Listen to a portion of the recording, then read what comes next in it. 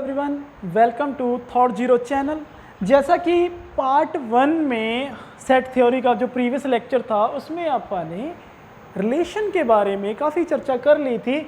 आज अपन टॉपिक जिसके बारे में चर्चा करने जा रहे हैं वो कौन सा है जी? फंक्शन है। थोड़ा सा पुराना रिकॉल कर लेते हैं एक बार अपन कि रिलेशन क्या था। ठीक है जी, रिलेशन क्या था, इसी से आगे चलेंगे अपन कि बेसिकली ए क्रॉस बी का कोई भी सबसेट होता था। ठीक है जी, subset of A cross B क्या कहलाता था? रिलेशन। क्या कहलाता था जी? रिलेशन। तो वो रिलेशन क्या होता था? किसी भी तरीके से चल सकता था। जैसे ये 1 2 3 एक्स वाई जेड, अगर ये है 2 भी यहीं जा रहा है, 3 जेड पे जा रहा है, तो मेरा कोई आर आ गया। आर सेट आया 1x 1y 2y 3z। ये मेरा कोई आर आया जिसमें 4 एलिमेंट है। 1 की वैल्यू जा रही है, 1 कहाँ पे असाइन हो रहा है? x पे, y पे, फिर 2 कहाँ पे जा रहा है? y पे, और 3 का रिलेशन किस पे चल रहा है? z पे चल रहा है। ये रिलेशन है। ये क्या है? रिलेशन है। इसमें कोई भी बस रूल है, एक रूल है। रूल के अकॉर्डिंग जो जो ऑर्डर्ड पेयर एलिमेंट उसे पास करते जाते हैं वो रिलेशन में आते जाते हैं। या बेसिकली कह लो 1 किसके साथ रिलेटेड है? x के साथ भी, y के साथ भी, 2 y के साथ है, 3 z के साथ। और इसमें डोमेन क्या होती थी? First element. डोमेन क्या होती थी? First element, first component 1 2 3। और रेंज क्या है? x y z, x y z। और कोडोमेन बेसिकली होता था पहला सेट और दूसरा सेट। कोडोमेन क्या है? b है। ये क्या है? a है। इसमें डोमेन थी, और डोमेन जिन जिन एलिमेंट पे असाइन होते हैं उन्हें कहा जाता है इमेज। मतलब 1 की इमेज x भी है, 1 की इमेज y भी है, 2 की इमेज y है, और 3 की इमेज z है। अब ये इमेज वाला क्या था कि जो जो एलिमेंट डोमेन के असाइन हो रहे हैं या फिर रिलेट कर रहे हैं किससे? बी सेट के एलिमेंट के साथ, उन एलिमेंट को कहा जाता है इमेज। किन की? विद रिस्पेक्ट टू डोमेन के एलिमेंट। और उन्हीं इमेजेस का सेट क्या कहलाता है? रेंज। और कोडमेन क्या थी? जो मेरा सेट बी होता था। इसमें कोई दिक्कत नहीं होती, चाहे कोई भी एलिमेंट किसी भी तरीके से किसी के साथ भी एडजस्ट हो जाए। लेकिन मैं कह दूं कि अगर मैं थोड़ी सी मॉडिफिकेशन करनी शुरू कर दूं, मॉडिफिकेशन कैसे करूंगा कि मैं कह दूं कि इसमें जैसे कह दो कि हो सकता है कोई ऐसा रिलेशन भी हो इसी सेट में से 1 2 3 x y z। ये भी हो सकता है 1 2 और 3। ये भी कोई रिलेशन हो सकता है। ये भी कोई R2 कह लो इसे, 1 x पे 1 y पे और 3 z पे। ये भी रिलेशन हो सकता है। ठीक है जी, यहाँ भी रिलेशन ही था, इसे R1 कह दिया और इसे R2। ये भी कोई रिलेशन है। लेकिन मैं कह दूं कि आपको क्या करनी है? इसकी मॉडिफिकेशन करनी है। मॉडिफिकेशन कैसे? पहली बात तो ये कि इसमें हर डोमेन के एलिमेंट की इमेज जानी चाहिए। जो आप एलिमेंट को पहले रिलेशन में किसी भी तरीके से दूसरी साइड में इमेज बना रहे थे एलिमेंट की, पहला रूल तो ये कह दिया कि भाई हर एक डोमेन के एलिमेंट की इमेज बननी चाहिए। जैसे ये है, ये फेल कर दूंगा मैं, ये रिजेक्ट कर दूंगा। क्यों? क्योंकि इसमें 2 एलिमेंट ऐसा है जिसकी इमेज ही नहीं जा रही। जिसकी क्या नहीं जा रही? इमेज ही नहीं जा रही, तो ये रिजेक्ट कर दिया। दूसरी चीज और क्या मॉडिफिकेशन कर दी? एक एलिमेंट एक ही इमेज बनाएगा, यूनिक। यूनिक का मीनिंग जैसे ये है, ये एग्जांपल देखो, यहाँ 1 है, 1 की इमेज x भी है, 1 की इमेज y भी है। ये नहीं होना चाहिए। एक एलिमेंट 2 के साथ रिलेशन ना बनाए, ये भी नहीं होना चाहिए। अगर इतनी मॉडिफिकेशन मैं कर दूं तो मेरे पास आएगा तो रिलेशन ही, लेकिन वो मॉडिफाइड रिलेशन होगा। क्या होगा? मॉडिफाइड रिलेशन होगा। उसी मॉडिफाइड रिलेशन को क्या कहा जाता है? उसी मॉडिफाइड रिलेशन को क्या कहा जाता है? फंक्शन कहा जाता है। क्या कहा जाएगा, फंक्शन। इट मीन्स फंक्शन मेरा तैयार कहाँ से हुआ है, रिलेशन से ही हुआ है। लेकिन वो कैसे कहना चाहता है, पहली बात कि डोमेन का हर एक एलिमेंट इमेज बनाएगा। दूसरी बात क्या कहना चाहता है कि कोई भी डोमेन का एलिमेंट मल्टीपल इमेजेस ना बनाए। मल्टीपल का मीनिंग जैसे रिलेशन में चलता था कि भाई 1x पे भी जाएगा, 1y पे भी जाएगा, 1z पे भी जाएगा, उसकी इच्छा है। लेकिन ये इच्छाएं यहाँ पर रोक देंगे किसमें, भाई फंक्शन में। तो उसी को डिफाइन करता है इस तरीके से, अगर a और b मेरे पास दो फंक्शन है, दो नॉन एम्प्टी सेट है, वही डेफिनेशन रिलेशन की तरह लेकिन modified, then a function f from a to b, वही चीज है, रिप्रेजेंट किया जाएगा f a टू b कि मेरा f कहां से जा रहा है, a से b पर। इसे कहा जाता है डोमेन क्योंकि सारे एलिमेंट उठाएगा, और इसे कहा जाएगा कोडोमेन। और ये क्या होती है मेरी कोडोमेन। तो f कहां से कहां जा रहा है, a से b की ओर जा रहा है। f कहां साइन हो रहा है, a से b, एज अ रूल। ये कोई रूल हो सकता है, इसे मैपिंग भी कह देता है, ठीक है जी। इसे क्या कह देता है, कभी कभार मैपिंग भी कह देगा।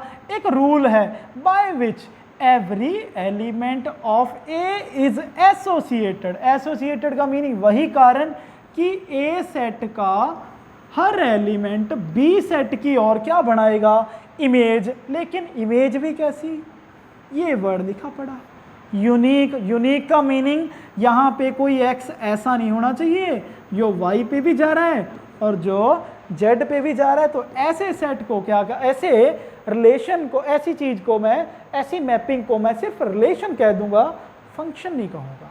मेरा फंक्शन यूनिक चलना चाहता है। यूनिक कैसे कि डोमेन का हर एलिमेंट इमेज बनाएगा। इमेज भी कैसी बनाता है वो, यूनिक, हर एलिमेंट डोमेन का। और सिंबॉलिकली इसे ऐसे एफ ए टू बी लिखा जाता है, defined by F X equal to Y. और यहाँ x कहाँ से आता है, डोमेन का एलिमेंट है तो a से आएगा, और वो जहाँ पे जा रहा है, ध्यान से सोचो ना, अगर मेरा a में से x कहीं b के किसी सेट के y एलिमेंट पे असाइन हो रहा है, तो एफ एक्स डिनोट करता है किसे जी, y को, कि x की इमेज f फंक्शन के थ्रू कौन बन रही है, y बन रही है। y क्या बन रही है, उसकी इमेज बन रही है। y is called image of x under f। और x को, और जो एलिमेंट डोमेन का था, जो उधर इमेज ढूंढ रहा था, उसी इमेज के अकॉर्डिंग x किसका काम करता है, प्री इमेज का। वही चीज लिखी है कि y को कहा क्या कहा जाएगा, इमेज कहा जाएगा x की, और x को क्या कहा जाता है, प्री इमेज कहा जाता है y की। और इसे सेट ऑफ ऑल इमेजेस क्या कहलाता है, रेंज। पहले भी पढ़ चुके हैं कि रेंज क्या होता है, उसी के फंक्शन रिलेशन के अकॉर्डिंग ही कि रेंज क्या होगी, कि जो इमेजेस का सेट है उसे ही क्या कहा जाएगा, रेंज कहा जाता है। क्या कहा जाता है, रेंज कहा जाता है। एग्जाम्पल, अगर मैं इसे रिप्रेजेंट करना चाहूँ तो बेसिकली f क्या है, a से b है, और एफ एक्स किसे कहा जाता है, इज सेड फंक्शन। कहाँ से, a से b। कैसे कि F X equal to Y, यहाँ x कहाँ से आना चाहिए, a से, और y कहाँ से आना चाहिए, b से आना चाहिए। तो इस तरीके से मैं फंक्शन को रिप्रेजेंट कर सकता हूँ। और ज़रूरी नहीं है ऐसे ही रिप्रेजेंट करना है, एरो डायग्राम के थ्रू भी कर ही सकते हैं आप। हाँ, एरो डायग्राम, ठीक है जी। एरो डायग्राम, जैसे मैं ए सेट उठा लूँ, जैसे ये है a, ये है b, ये 1 2 3, x y z, a b, और ये जा रहा है c। ध्यान से देख लो, 1 भी कहाँ पे जा रहा है, x पे, 2 जा रहा है y पे, 3 जा रहा है y पे। तो कोई कह देगा सर इसमें बता दो क्या ये फंक्शन होगा। फंक्शन बेसिकली क्या, कंडीशन क्या थी, डोमेन का हर एलिमेंट जाना चाहिए इमेज पे। डोमेन के हर एलिमेंट की क्या होनी चाहिए, इमेज। देखो यहाँ से कोई एलिमेंट खाली तो नहीं बचा, 1 की इमेज भी है, 2 की भी है, और 3 की भी है, बिल्कुल है। दूसरी कंडीशन कौन सी, इमेज क्या होनी चाहिए, यूनिक, यानी कि हर डोमेन के एलिमेंट की इमेज एक ही होनी चाहिए।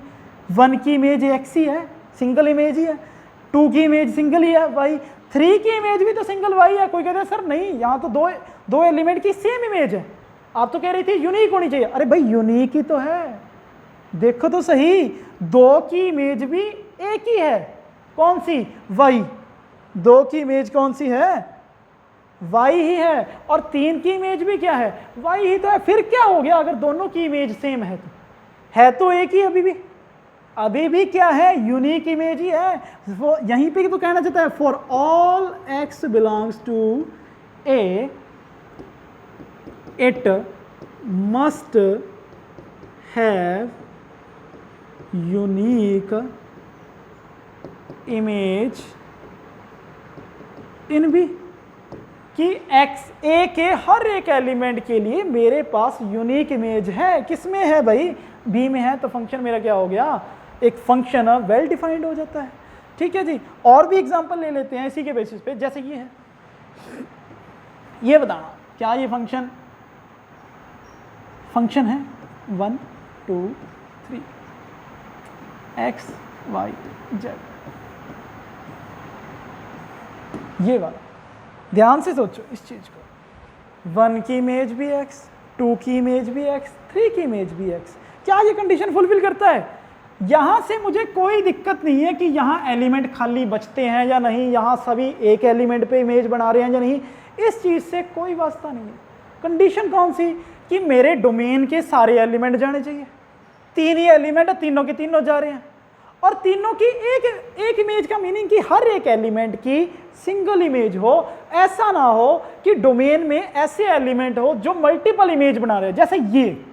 अब ये फंक्शन नहीं है, सोच के देखो, 1 की इमेज भी x, 2 की इमेज भी x, लेकिन 3 ऐसा एग्जिस्ट कर गया जो 2 जगह इमेज बना रहा है, x पे भी बना रहा है और z पे भी बना रहा है, तो ये फंक्शन नहीं है। लेकिन हाँ, अभी ये फंक्शन हो जाएगा। देखो, 1 की इमेज भी x है, 2 की इमेज भी x है, 3 की इमेज भी x है, तीनों के तीनों एलिमेंट की इमेज चाहे एक ही है, लेकिन है तो सिंगल इमेज ही ना, तो ये फंक्शन क्या हो गया, डिफाइंड हो जाता है कि ये क्या कहलाता है, ये रिलेशन तो है ही है, लेकिन रिलेशन के साथ मॉडिफाइड फंक्शन में भी आ जाएगा, ये क्या हो जाएगा, फंक्शन हो जाएगा। लेकिन इसी तरीके से मैं ऐसे शो कर दूं x y z, यहाँ 1 2 3, यहाँ कोई f जा रहा है a से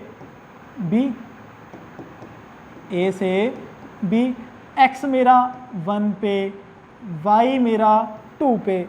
अब क्या ये फंक्शन होगा, बिल्कुल नहीं होगा भाई, क्योंकि z एक एलिमेंट ऐसा बच गया जो कहाँ जा रहा है, कहीं पे जा ही नहीं रहा, उसको कोई इमेज ही नहीं मिल रही, तो फंक्शन में एक एलिमेंट डोमेन में ऐसा बच गया जो क्या है जी, इमेज नहीं बना रहा, तो फंक्शन डिफाइंड नहीं होगा। सेम टू सेम अगर यहाँ पे ऐसे कर दूँ तब भी फंक्शन मेरा डिफाइंड नहीं होगा, क्योंकि फंक्शन डिफाइंड होने के लिए प्रॉपर कंडीशन है, for every element in domain it must have unique image इन कोडमेन, कि कोडमेन के हर एक एलिमेंट के डोमेन के हर एक एलिमेंट के लिए कोडमेन में एग्जिस्ट करनी चाहिए इमेज। कोडमेन से कोई वास्ता नहीं है कि कोडमेन में एलिमेंट खाली बचते हैं या नहीं, बच भी सकते हैं, नहीं भी बच सकते। जैसे मान लो ये 1 2 3 और यहाँ पे x, y, लो हो गया, 2 एलिमेंट ही थे, तो ऑब्वियस सी बातें हैं, अगर ये फंक्शन होना चाहता है तो तीसरे एलिमेंट को जाना पड़ेगा, तो क्या हो गया, अगर वो y पे चला जाए तब भी मेरा फंक्शन है, अगर मेरा x पे चला जाएगा तब भी मेरा क्या होगा, फंक्शन ही तो होगा, तब भी मेरा क्या होगा, फंक्शन ही होगा, हमेशा होगा, क्योंकि हर एक एलिमेंट की इमेज है और एक ही इमेज है, सिंगल इमेज है, मल्टीपल इमेजेस नहीं है। इधर डोमेन में कोई एलिमेंट ऐसा नहीं है जिसकी एक से ज्यादा इमेज हो सकता है कि कुछ एक एलिमेंट की कॉमन इमेज हो, कॉमन इमेज है, जैसे 2 की इमेज भी y है और 3 की इमेज भी y है। तो अगर मैं इसे लिखना चाहूँ, f मेरा 1 किस पे गया, x पे, f मेरा 2 किस पे गया, y पे, f मेरा 3 किस पे गया, y पे, इसे ऐसे भी रिप्रेजेंट कर दूंगा, 1 की इमेज कौन सी है, x, 2 की इमेज कौन सी है, y, 3 की इमेज कौन सी है, y, और ये क्या बन गया मेरा फंक्शन f। ऐसे भी डिफाइन कर दूंगा। अलग अलग तरीके हैं लिखने के, ये मेरे एलिमेंट वाइज हैं, ये मेरी सबसेट की नोटेशन वाइज है कि मैं सबसेट की फॉर्म में लिखना चाहता हूँ कार्टेशियन प्रोडक्ट की, तो ये फंक्शन क्या हो गया, वेल डिफाइंड हो जाता है इस तरीके से। तो अगर आपको चेक करना हो कि कोई भी रिलेशन फंक्शन है या नहीं, तो बेसिक सी बातें हैं, आपको यही चेक करना होगा कि कहीं कोई एलिमेंट तो नहीं स्किप हो रहा, कोई ऐसा एलिमेंट तो नहीं बच रहा जिसकी इमेज नहीं मिल रही, या फिर ऐसा तो नहीं हो रहा कि एक से ज़्यादा एलिमेंट, दो या दो से ज़्यादा एक एलिमेंट की मल्टीपल इमेजेस हो। ये देख लो y की दो इमेज है, फंक्शन नहीं है। यहाँ सभी की एक ही इमेज है, ये फंक्शन है प्रॉपर। यूनिक इमेज है, सभी की इमेज है। और जैसे ये देख लो, अगर मैं यहाँ 4 रख दूँ, 4 की इमेज है ही नहीं, तो ये फंक्शन डिफाइंड नहीं हो पाएगा। क्लियर है जी। आगे चलते हैं इसी टॉपिक पे कि टाइप्स ऑफ फंक्शन की अब मुझे ये तो पता चल गया कि फंक्शन होते हैं। फंक्शन क्या है? एक मॉडिफाइड टर्म है रिलेशन की कि डोमेन का हर एलिमेंट किस पे जाना चाहिए, इमेज पे जाना चाहिए। कोड मेन में एक एलिमेंट पे जाना चाहिए, उस कोड मेन के एलिमेंट को इमेज कहा जाता है, और ऐसी सारी इमेजेस का सेट रेंज कहलाता है। डोमेन पहले से पता था और कोड मेन भी पता था। उसके हिसाब से इन्होंने बाद में कैटेगराइज किया, बाद में इसको क्लासीफाई किया फंक्शन को, कि मेरे पास फंक्शन की टाइप्स तो बन गई। मैंने एरो डायग्राम बना के देखे, डिफरेंट टाइप्स ऑफ ग्राफ बन रहे थे। ठीक है जी। एक्चुअल में जो अपन ने यहाँ पे लिखा है कि ये x, 1 है, ये 1, x है, 2, y है, 3, y है, तो इसे मैं इस तरीके से भी लिख सकता हूँ 1, f1। ये भी तो मेरा ऑर्डर पेयर ही है, क्योंकि 1x किसकी इमेज है? f1 की। x की जगह पे क्या लिख सकता हूँ मैं? f1। Same to same y की जगह पे क्या लिख सकता हूँ? 2, y की जगह पे f2। कि ये क्या है? एक डोमेन है, डोमेन के साथ उसकी इमेज है। इमेज किसकी है? 1 की है, तो 1 की इमेज f1 ही होगी। 2 की इमेज f2, 3 की इमेज f3। और हमने पहले पढ़ा था रिलेशन में कि ये रिलेशन बेसिकली कुछ नहीं होता, नॉर्मली पॉइंट फॉर्म ही होती है। तो पॉइंट फॉर्म में अगर मैं इसे ड्रॉ करने लग जाऊं तो मुझे ग्राफ मिलने शुरू हो जाते हैं। तो एक अनदर रिप्रेजेंटेशन किसमें आ जाती है? इसकी रिप्रेजेंटेशन एरो डायग्राम के साथ साथ ग्राफिकल रिप्रेजेंटेशन भी हो जाती है। कौन सी? Graphical representation. क्योंकि यहाँ तो कुछ एक एलिमेंट ही उठा रहा हूँ मैं, 1-2 एलिमेंट उठा रहा हूँ। अगर मैं सेट बड़े कर दूँ, तो मान लो सेट में नेचुरल नंबर कर लूँ, तो सेट में रियल नंबर कर लूँ, तो टेस्ट करने के लिए मेरे पास एलिमेंट ही एलिमेंट है। टेस्ट करने के लिए मेरे पास एलिमेंट ही एलिमेंट है। तो इस तरीके से एलिमेंट इतने ज़्यादा हो जाएंगे तो इमेजेस भी ज़्यादा होंगी। हो सकता है इमेजेस एक ही आए, सारे के सारे एक पे ही चले जाएं, लेकिन डिफरेंट टाइप्स ऑफ एलिमेंट की डिफरेंट टाइप्स ऑफ इमेज आ सकती है, सेम भी आ सकती हैं। लेकिन अगर मेरे पास इमेजेस बहुत ज़्यादा आई तो बहुत सारे पॉइंट बनेंगे, उनको मैं ड्रॉ करना चाहूँगा 2 डायमेंशन पे, तो ग्राफ ही बनेगा। नॉर्मली क्या बनेगा? ग्राफ ही बनेगा। तो इस तरीके से हम कह सकते हैं कि फंक्शन एक जस्ट मशीन है। फंक्शन क्या है? जस्ट एक मशीन है जिसे इनपुट चाहिए x। इनपुट क्या चाहिए? x, और वो हमें आउटपुट क्या दे देगी? fx दे देगी। और उस fx को आप क्या कह देते हैं? y। एग्जाम्पल के तौर पे लो भाई, f है मेरा, n to n ही जा रहा है, मतलब मेरी डोमेन क्या कहलाती है? Basically input. और रेंज क्या कहलाती है? इमेजेस। वो क्या कहलाती है? आउटपुट। अगर ये कोड मेन है तो मेरी आउटपुट कहां से मिलेगी? कोड मेन से ही मिलेगी। और मैं रूल डिफाइन कर रहा हूं,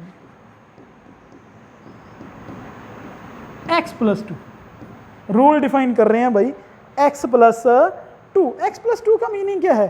कि अगर मैं इसे इनपुट x देता हूं तो मुझे आउटपुट क्या देता है?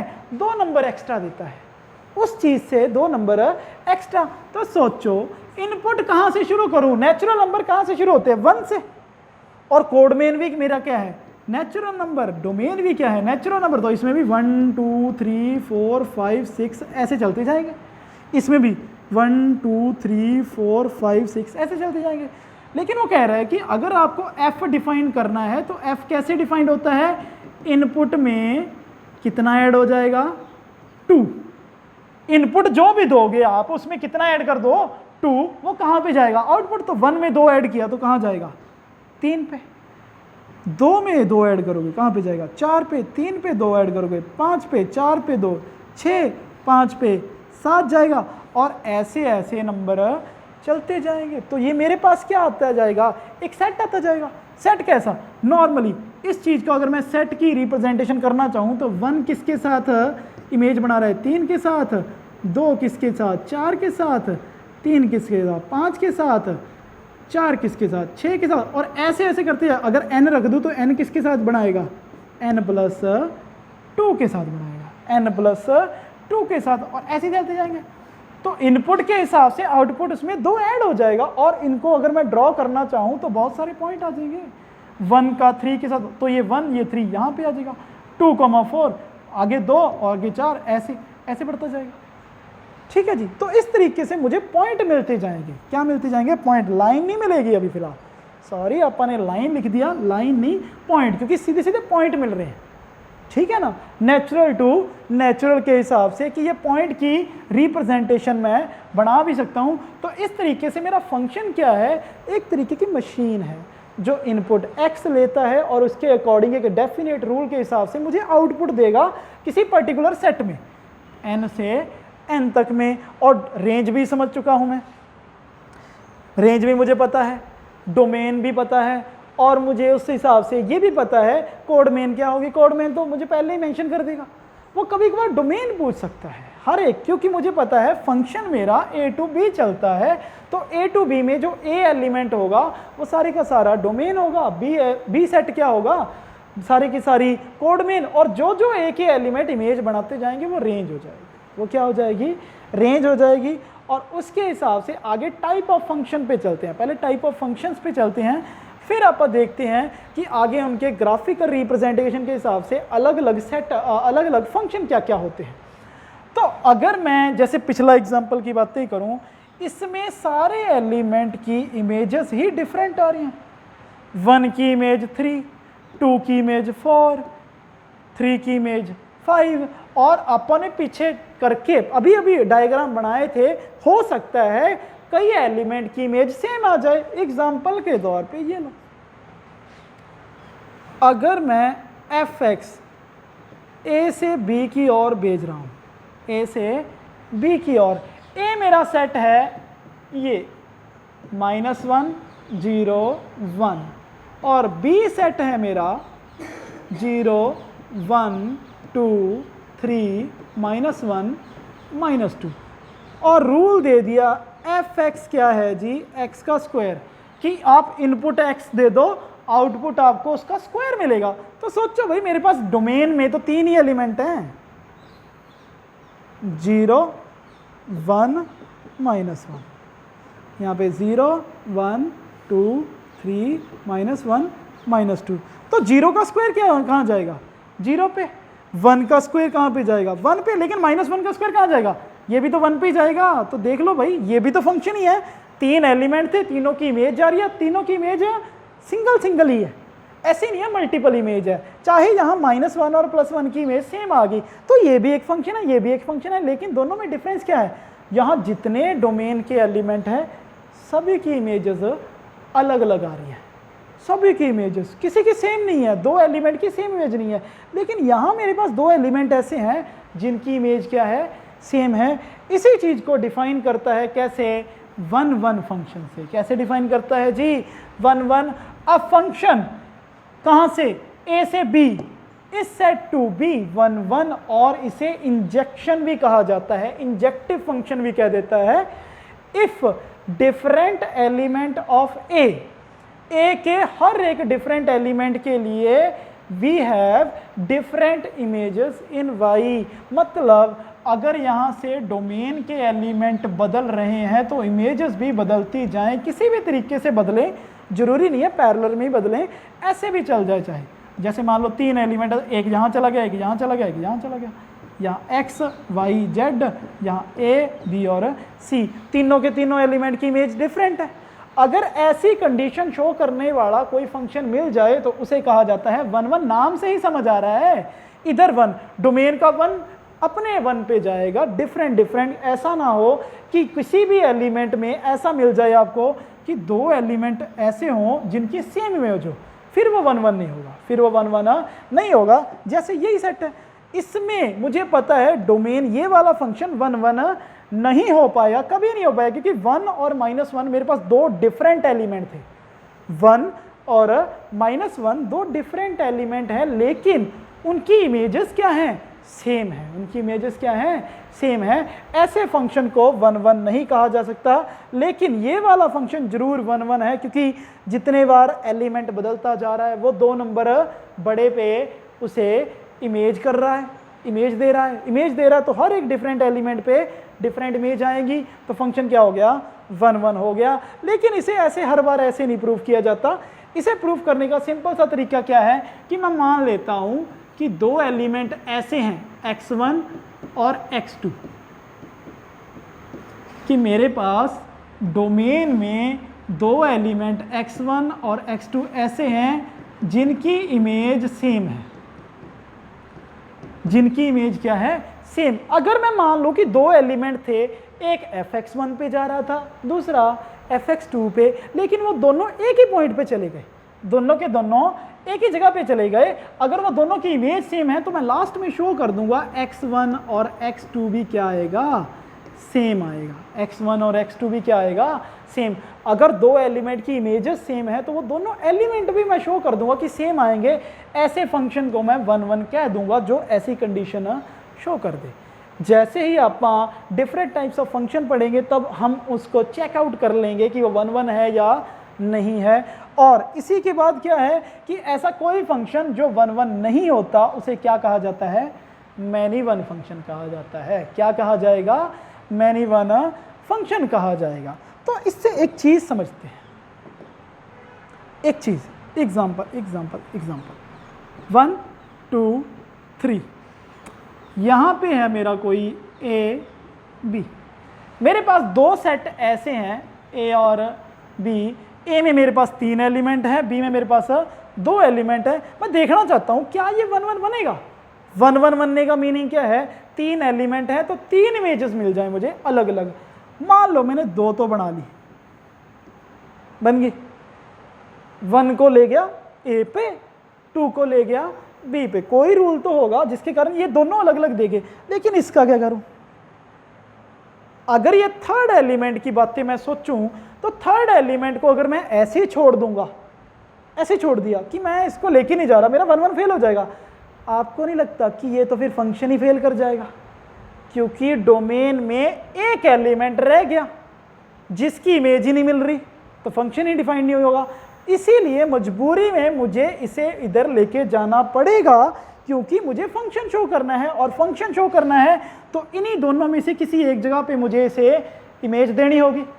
और जैसे ही ये कंडीशन हुई तो 1 1 तो हो गया फेल। सोच लो भाई सारे के सारे कि 1 1 तो फेल हो गया, क्योंकि दो एलिमेंट ऐसे हैं 1 और 3 बराबर नहीं है, लेकिन f1 और f3 दोनों की वैल्यू बराबर है। f1 की इमेज अंडर f और 3 की इमेज अंडर f a ही आ रही है। f1 भी मेरा a है और ये भी a है, दो डिफरेंट एलिमेंट की सेम इमेज आ गई, तो फंक्शन क्या हो जाएगा? नॉट 1 1। और उसी नॉट 1 1 को वो नॉर्मली क्या लिखता है? मैनी वन फंक्शन लिखता है। ऐसा फंक्शन जिसमें हर एक एलिमेंट की डिफरेंट इमेज आएंगी उसे 1 1 कहा जाता है। और अगर बाय चांस किन्हीं दो एलिमेंट की सेम इमेज आ गई तो उसे क्या कह दिया जाएगा? मैनी वन फंक्शन कहा जाएगा। तो बेसिक सी बातें हैं कि फंक्शन मेरा 1 1 होने के लिए मुझे प्रूव करना होगा इमेज सेम ले लो, एलिमेंट सेम ले आओ। एलिमेंट सेम आ गया तो फंक्शन 1 1 हो जाएगा, अदरवाइज वो मैनी वन। क्लियर है जी? आगे चलते हैं। इसी तरीके से अगर ये चीज हो सकती है पॉसिबल, जस्ट अ सेकेंड,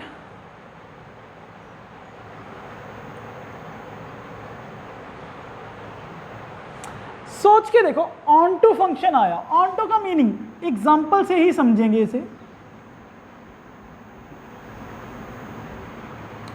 ये मेरी डोमेन है, ये मेरी कोडोमेन है, ठीक है जी, ये मेरी कोडोमेन है। मैं कह रहा हूं कि मुझे कोडोमेन के हर y के लिए इधर x मिलना चाहिए। ये कहना चाहता है। पहले डेफिनेशन देख लो, पहले थोड़ा सा वही है ना, मैथमेटिकली सोच ले क्या कहता है, फिर बाद में देखते हैं अपन। अब फंक्शन f कहाँ से कहाँ, a से b, इसे a मान लेते हैं और इसे b, is said to be onto कहने की बजाय उसे सब्जेक्टिव फंक्शन भी कह देगा, या सरजेक्शन, सब्जेक्टिव नहीं सरजेक्शन, सरजेक्टिव या surjection if and only if for each Y का मीनिंग, ईच वाई यहाँ लिखा है ध्यान से, ईच वाई, या फिर फॉर ऑल वाई का मीनिंग कोई भी वाई खाली नहीं बचना चाहिए, कोई भी वाई खाली नहीं बचना चाहिए, हर एक वाई के लिए मुझे x मिलना चाहिए, देयर एग्जिस्ट x, हर एक वाई के लिए जितने भी वाई हैं, वाई कितने के होंगे, जितनी कोडमेन की कैपेबिलिटी होगी, जितने को कोडमेन के पास एलिमेंट, मतलब हर एक वाई के लिए मुझे क्या मिलना चाहिए, एक x। इसका मीनिंग वो ये कहना चाहता है कि अगर जहाँ पे x y z, यहाँ पे 1 2 3 तीन एलिमेंट, जहाँ पे 1 और 2 ही है, 1 और 2 ही है, ठीक है जी, 1 और 2, तो वो कहना चाहता है कि जितने एलिमेंट दो थे, दो एलिमेंट है, तो दोनों के दोनों की क्या होनी चाहिए, उसके बाद दोनों के दोनों इमेज बननी चाहिए, दोनों के दोनों एलिमेंट क्या बनने चाहिए, इमेज। जैसे x कहाँ पे गया, y यहाँ पे गया, ऐसा ना हो ये कि मेरे पास हर एक एलिमेंट इमेज बनना चाहिए किसका, कोडमेन का, तो फंक्शन क्या हो जाएगा, ऑन टू, या सिंपल शब्दों में ये कह दूं कि कोडमेन से कोई एलिमेंट खाली ना बच जाए, ठीक है जी, स्किप ना हो जाए। अगर मेरी सारी कोडमेन इमेज बन जाए, सारी कोडमेन क्या बन जाए, इमेज बन जाए, तो फंक्शन मेरा ऑन टू हो जाएगा, फंक्शन मेरा ऑन टू हो जाएगा। फंक्शन मेरा ऑन टू होने का मीनिंग क्या है कि जब मैं फंक्शन तैयार कर रहा हूं तो मेरे कोडमेन में कुछ भी खाली नहीं बचना चाहिए। ऐसे जैसे ये सेट था 1 2, यहाँ पे x y z t, यही हो गया, तो ये 1 हो गया, ये 2 हो गया, दो ही भेज सकता हूँ, दो ही एलिमेंट थे मेरे पास, तो मेरे पास तो दो ही एलिमेंट थे, दोनों के दोनों अगर मैं डिफरेंट पे भी भेजूं तो दो एलिमेंट तो मेरे पास खाली बच गए।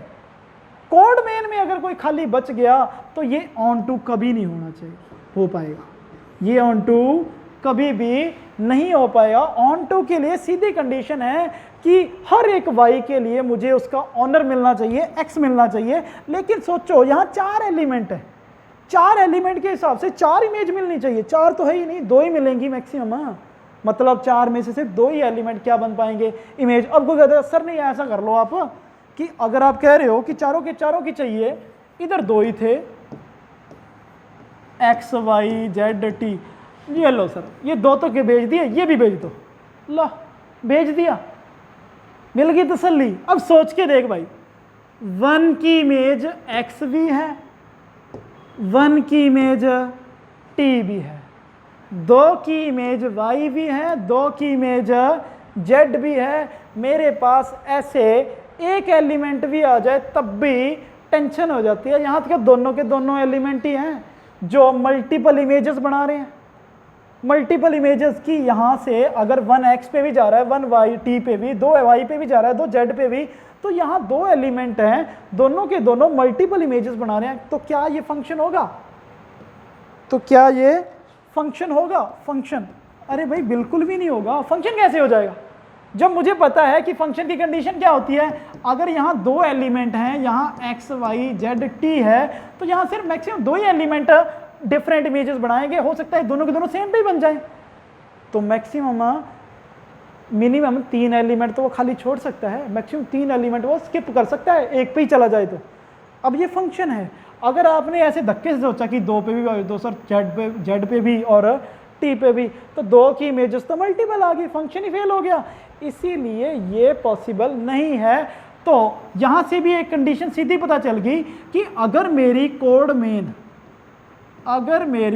मेन की कैपेसिटी, फाइनाइट सेट में कह रहा हूं, फाइनाइट में, इनफाइनाइट में नहीं भाई, फाइनाइट में, अगर फाइनाइट सेट में कोड मेन बड़ा हो जाए डोमेन से, कोड मेन क्या हो जाए, बड़ा हो जाए डोमेन से, तो ये ऑन टू सीधा सीधा क्या कर देगा, फेल कर देगा।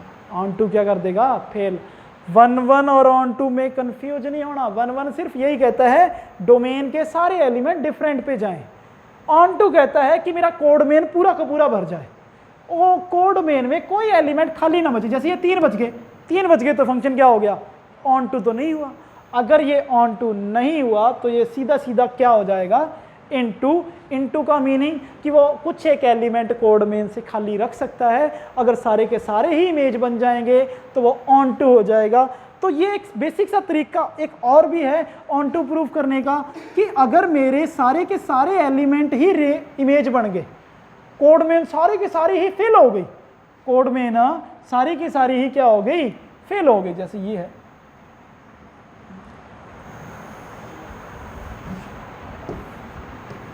यहाँ 1 2 3 4 एक्स वाई जेड, ये गया ये गया ये गया और ये गया, सारी की सारी कोड मेन में 3 ही एलिमेंट थे, एक्स वाई और जेड, तीनों के तीनों फेल हो गए। तो फेल हो गए को खाली तो बचा नहीं, तो फंक्शन क्या हो गया, ऑन टू। और जो इमेज का सेट होता है वो सारा वही आया जो मेरा एक्चुअल में कोड मेन है। तो एक तरीका सीधा प्रूफ करने का किसी फंक्शन को यही होता है कि रेंज और कोड मेन को बराबर दिखा दो। अगर आप रेंज और कोड मेन बराबर दिखा देते हो तो फंक्शन क्या हो जाते हैं, ऑन टू हो जाते हैं। अगर मेरे पास रेंज क्या होगी, अगर मेरी रेंज क्या हो जाए, छोटी हो जाए कोड मेन से, तो फंक्शन ऑन टू नहीं हो पाता। फंक्शन ऑन टू नहीं होगा तो फंक्शन ऑन टू नहीं होगा तो क्या होगा, इनटू होगा। क्या होगा जी, इनटू। या फिर वो सीधा बेसिकली एक वाई वाले तरीके से प्रूफ करता है, एक सिंपल मेथड से, कि अगर मैं शो कर दूं कि मुझे हर एक वाई के लिए, वाई कितने को होंगे, जितनी कोड मेन की कैपेसिटी होगी, जितनी क्या होगी कोड मेन की कैपेसिटी, हर एक वाई के लिए मुझे एक्स मिल जाए, हर एक वाई के लिए मुझे क्या मिल जाए, एक्स। मतलब हर वाई क्या बन जाएगा, इमेज। और ऐसे कितने के वाई होंगे, जितने वो कोड मेन में खुद होंगे। और सारी की सारी कोड मेन के लिए मुझे अगर एक्स मिलने शुरू हो गए तो सारी की सारी कोड मेन क्या बन जाएगी, रेंज। और रेंज बन गई तो फंक्शन क्या हो जाएगा, ऑन टू हो जाएगा। तो इसे प्रूफ करने का एक डिफरेंट तरीका है। बेसिक अप्रोच वही है कि मैं F X equal to Y ले लूँगा और मैं बाद में एक्स की वैल्यू निकाल दूंगा वाई की फॉर्म में। एक्स की वैल्यू किसकी फॉर्म में निकल जाएगी, वाई की फॉर्म में। ये कोई फंक्शन बन जाएगा, या in the form of X को मैं convert, find out X in the form of Y, कि मैं x को फाइंड आउट कर लूँगा in the form of y, तब भी मेरा फंक्शन क्या हो जाएगा, ऑन टू हो जाएगा। क्लियर है जी। और इस तरीके से मेरे 1 1 और ऑन टू पूछे जाते हैं। और ऐसे फंक्शन, ध्यान दीजिए, ऐसे फंक्शन, कुछ एक ऐसे फंक्शन भी होंगे जो 1 1 भी होंगे, ऑन टू भी होंगे, जो 1 1 भी होंगे, ऑन टू भी होंगे। उन्हें कहा जाता है 1 1 ऑन टू, या फिर कहा जाता है बाइजेक्टिव फंक्शन। क्या कहा जाएगा, बाइजेक्टिव। कैसे फंक्शन, बाइजेक्टिव फंक्शन। बाइजेक्टिव का मीनिंग फंक्शन, fn का meaning function which are 1 1 and onto both are called bijective function. ऐसे फंक्शन जो 1 1 और ऑन टू। तो सोच के देखो 1 1 ऑन टू करने का फायदा क्या हुआ, सोचो। इस चीज में थोड़ा सा एग्जांपल लेते हैं। सोचो अगर मैं कह दूं कि 1 1 और ऑन टू का फायदा, मेरे पास मान लो 5 एलिमेंट हैं, इसमें कितने एलिमेंट हैं, 5 एलिमेंट है। कितने एलिमेंट है जी, 5। फाइनाइट के केस में समझाऊंगा, बाद में इनफाइनाइट के केस में इसको जनरलाइज कर लेंगे कि इसका फायदा एक्चुअल में कहाँ मिला था हमें। सारे क्या देते हैं सर 1 1 ऑन टू कर तो रहे हैं, फायदा क्या है, ये फायदा समझाते हैं। कहना चाह रहा है 1 1 1 1 का मीनिंग, अगर यहाँ 5 एलिमेंट है, x1 x2 x3 x4 x5, 5 element है, 1 1 है, तो 1 1 का मीनिंग वो यहाँ कोई डिफरेंट पे जाएगा, पांचों के पांचों डिफरेंट पे जाएंगे, सेम पे तो जाएगा नहीं क्योंकि 1 1 है। 1 1 का मीनिंग क्या है कि जितने एलिमेंट हैं सभी की इमेजें डिफरेंट आएंगी, तो x2 की इमेज भी डिफरेंट, x3 की इमेज भी डिफरेंट, x4 की इमेज भी डिफरेंट, x5 की इमेज भी डिफरेंट। मान लो x1 की image I y1, y2, y3, y4 और ये y5, ये हो गया। x1 के x2, x3, x4, x5 के अकॉर्डिंग 5 इमेजें आई, पांचों की पांचों डिफरेंट। तो ये 1 1 तो हो गया। अब मुझे दिखाना था ऑन टू। सपोज करो यहाँ मैं कोई अल्फा रख दूं एलिमेंट, इधर 5 हैं, इधर 6 कर दिए, तो क्या ये ऑन टू हो पाएगा? सोच के देखो, क्या ये ऑन टू हो पाएगा? क्योंकि ऑन टू के लिए कंडीशन है। ऑन टू क्या कहता है कि इधर जितने एलिमेंट है सारे की इमेज आनी चाहिए, सभी की इमेज मिले। 6 एलिमेंट थे, 6 के 6 की इमेज मिलनी चाहिए। तो 6 के 6 की इमेज कैसे मिलेगी? इधर तो 6 है, इधर तो 5 है, आप पहले कह के आए हैं। अगर मेरे पास कोड मेन बड़ी हो जाए फाइनाइट के केस में, ऑन टू डिफाइंड ही नहीं होगा। तो मतलब अगर यहाँ 5 है तो यहाँ भी क्या आने चाहिए? 5 ही एलिमेंट आने चाहिए। यहाँ भी कितने आने चाहिए? 5 ही। और पांचों के पांचों की ही इमेज आ रही है। 1 1 भी है, ऑन टू भी है, क्योंकि ऑन टू रहने के लिए इसमें बी में भी कितने एलिमेंट आने चाहिए? 5 ही आने चाहिए। 5 से कम नहीं आ सकते। कोई कह दिया सर कम कर दो। सोच लो, अगर मैं इसे हटा दूं, y5 को हटा दूं, तो मेरा x5 कहाँ जाएगा? x5 कंडीशन कह रहा है कि फंक्शन क्या होना चाहिए? 1 1। और अगर 1 1 है तो x5 को मुझे किसी एलिमेंट पे लेके जाना होगा, लेकिन इसके लिए तो सिर्फ 4 एलिमेंट बचे थे। 4 एलिमेंट के हिसाब से 4 इमेजें आ गई, 5वां ही नहीं 4 में से कहीं जाएगा। कोई कहते सर नहीं आप लेके मत जाओ, फिर फंक्शन फेल हो जाएगा। फिर क्या फेल हो जाएगा? फंक्शन। अगर फंक्शन फेल हो गया तो सारा झंझट ही निपट गया। तो इसका मीनिंग x5 के लिए मेरे पास क्या होना चाहिए? x5 के लिए मेरे पास क्या होना चाहिए? y5। तो इसका फायदा ये हुआ, अगर मैं प्रूफ कर दूं कोई चीज 1 1 और ऑन टू है, तो जितने एलिमेंट a में हैं उतने ही एलिमेंट किस में आएंगे? b में आएंगे। तो यही एक फायदा हुआ था किसका? 1 1 ऑन टू का, कि मैं इक्विवेलेंसी शो कर सकता हूं। ठीक है जी। जब मैं सेट को इक्विवेलेंट, मैं इक्विवेलेंस रिलेशन की बातें नहीं कर रहा, इक्विवेलेंट सेट कब होते थे? जब मेरे पास नंबर ऑफ एलिमेंट a में और b में सेम हो जाएं। तो मेरा 1 1 ऑन टू प्रूफ करने से एक मोटो क्लियर हो जाता है कि a में जितनी कैपेसिटी है उतनी ही कैपेसिटी किस में आएगी? b में। फाइनाइट के केस में समझ सकते हैं, लेकिन इनफाइनाइट को जब मैंने शो करना हो ना, ये सेट इसके बराबर है, तो 1 1 ऑन टू का ही सहारा लिया जाता है। किसका सहारा लिया जाता है?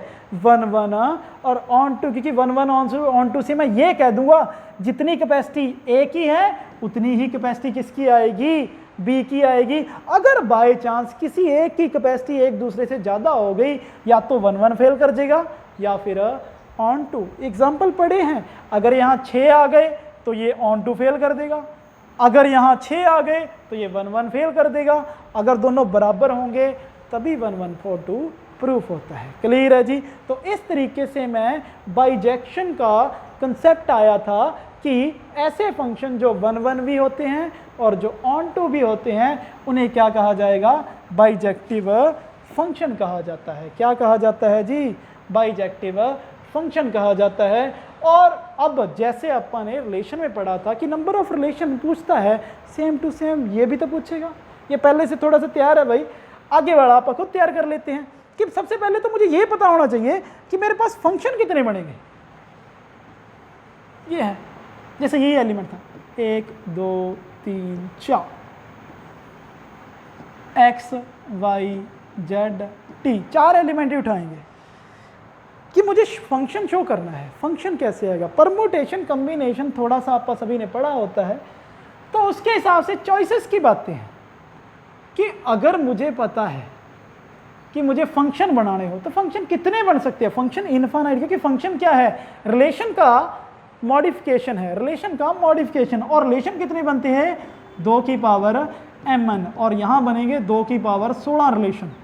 2 की पावर 4 इधर 4 इधर 4 4 16, 2 की पावर 16 सारे सबसेट का meaning total number of relation.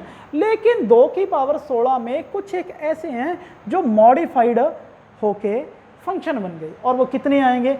सिर्फ बेसिक सा एग्जांपल, ज़्यादा नहीं। सोच के देखो, या 4 रखने की बजाय 3 रखते हैं ताकि समझ ज़्यादा आ जाए।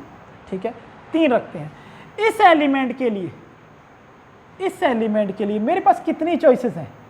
3 ही चॉइस हैं। 1 के लिए या तो 1 इस पे जाएगा, या 1 इस पे, या फिर इसमें।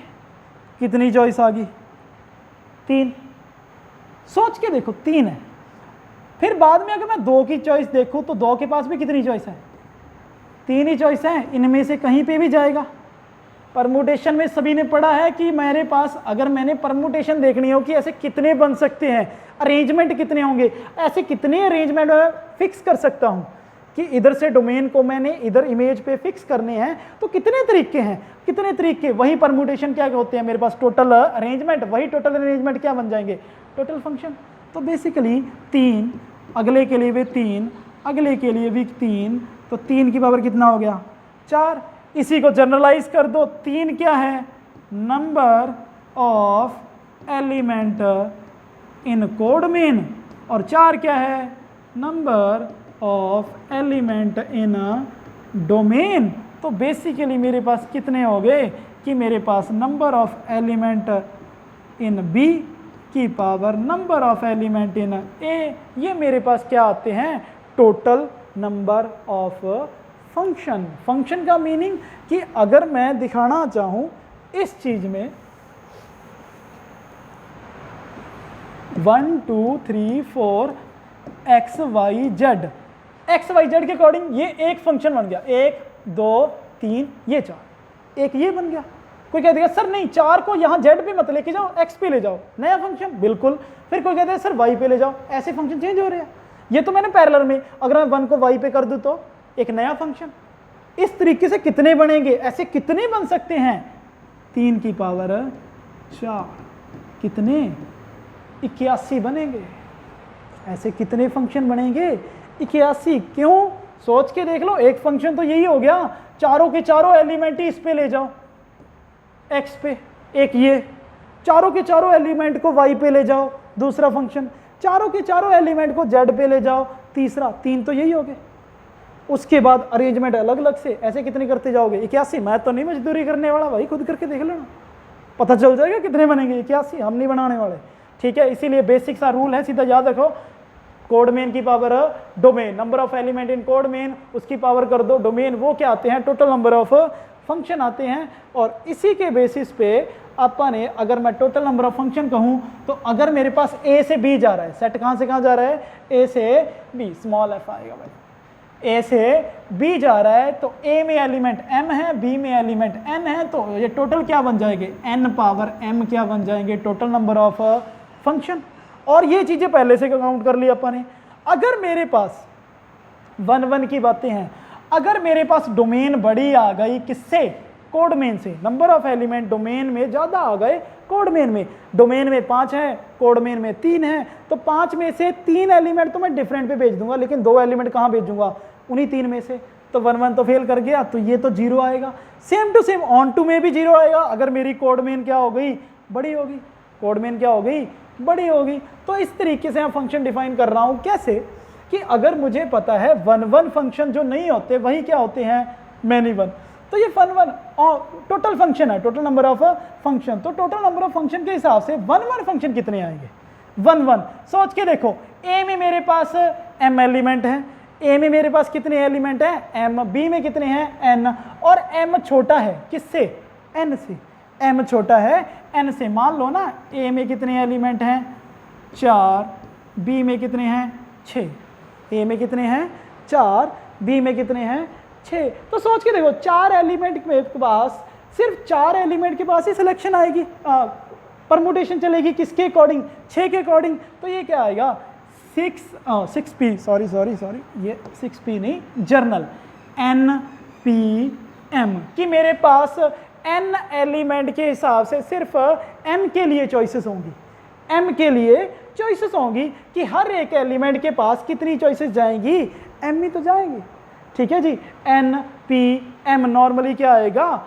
टोटल नंबर ऑफ 1 1 फंक्शन आएगा, यही आएगा। और अगर मेरा m बड़ा हो गया किससे? n से, तो फंक्शन क्या आ जाएंगे? 0। लेकिन अगर दोनों बराबर हो गए तो मुझे पता है चाहे np n करूं चाहे mp m करूं, आएगा तो क्या? n फैक्टोरियल ही। क्लियर है जी। ये मेरे क्या हो गए 1 1 फंक्शन के according. Same to same many one. अब सारे मुझे पता है कितने फंक्शन थे, n power m, n power m, उसमें से 1 1 मिल गए। जो 1 1 नहीं होते वही क्या होते हैं मैनी वन। तो टोटल में से मैं 1 1 माइनस कर दूं तो क्या आएंगे मैनी वन ही आएंगे। टोटल में से 1 1 माइनस कर दूं तो क्या आएंगे मैनी वन। और मुझे पता है अगर मेरे फंक्शन 1 1 थे ही नहीं, 1 1 आए ही नहीं, क्योंकि मेरा m बड़ा है n से, तो मैनी वन कितने आएंगे नॉर्मली, मैनी वन कितने आएंगे n p m आएंगे।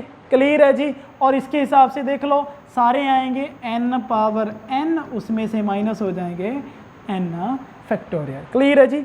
और ऑन टू का कंसेप्ट भी अपन ने देखा था, अगर मेरी कोड मीन बड़ी हो जाए ऑन टू तो बनेगा नहीं 0, लेकिन अगर मेरी कोड मीन छोटी हो तो उसके लिए एक बेसिक फॉर्मूला है, बस रिमाइंड रखना, -1 पावर k कह लो r कह लो जो मर्जी, n c k, n minus k power m, और ये k कहाँ से चलेगा 0 से लेकर n माइनस 1 तक चलेगा, n माइनस 1।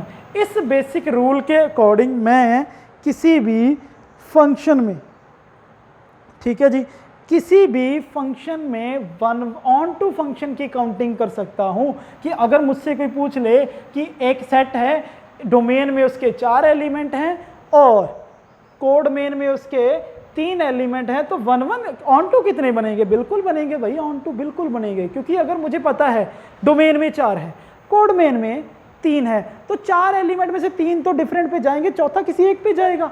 अगर मैं बनाना चाहूँ, हालांकि मुझे पता है अगर मैं सारे के सारे एक पे ले जाऊँ तो ऑन टू तो फेल कर जाएगा, लेकिन मैं पॉसिबिलिटी देख रहा हूँ कि ऑन टू बन सकते हैं, तो वो इस रूल के अकॉर्डिंग बन सकते हैं।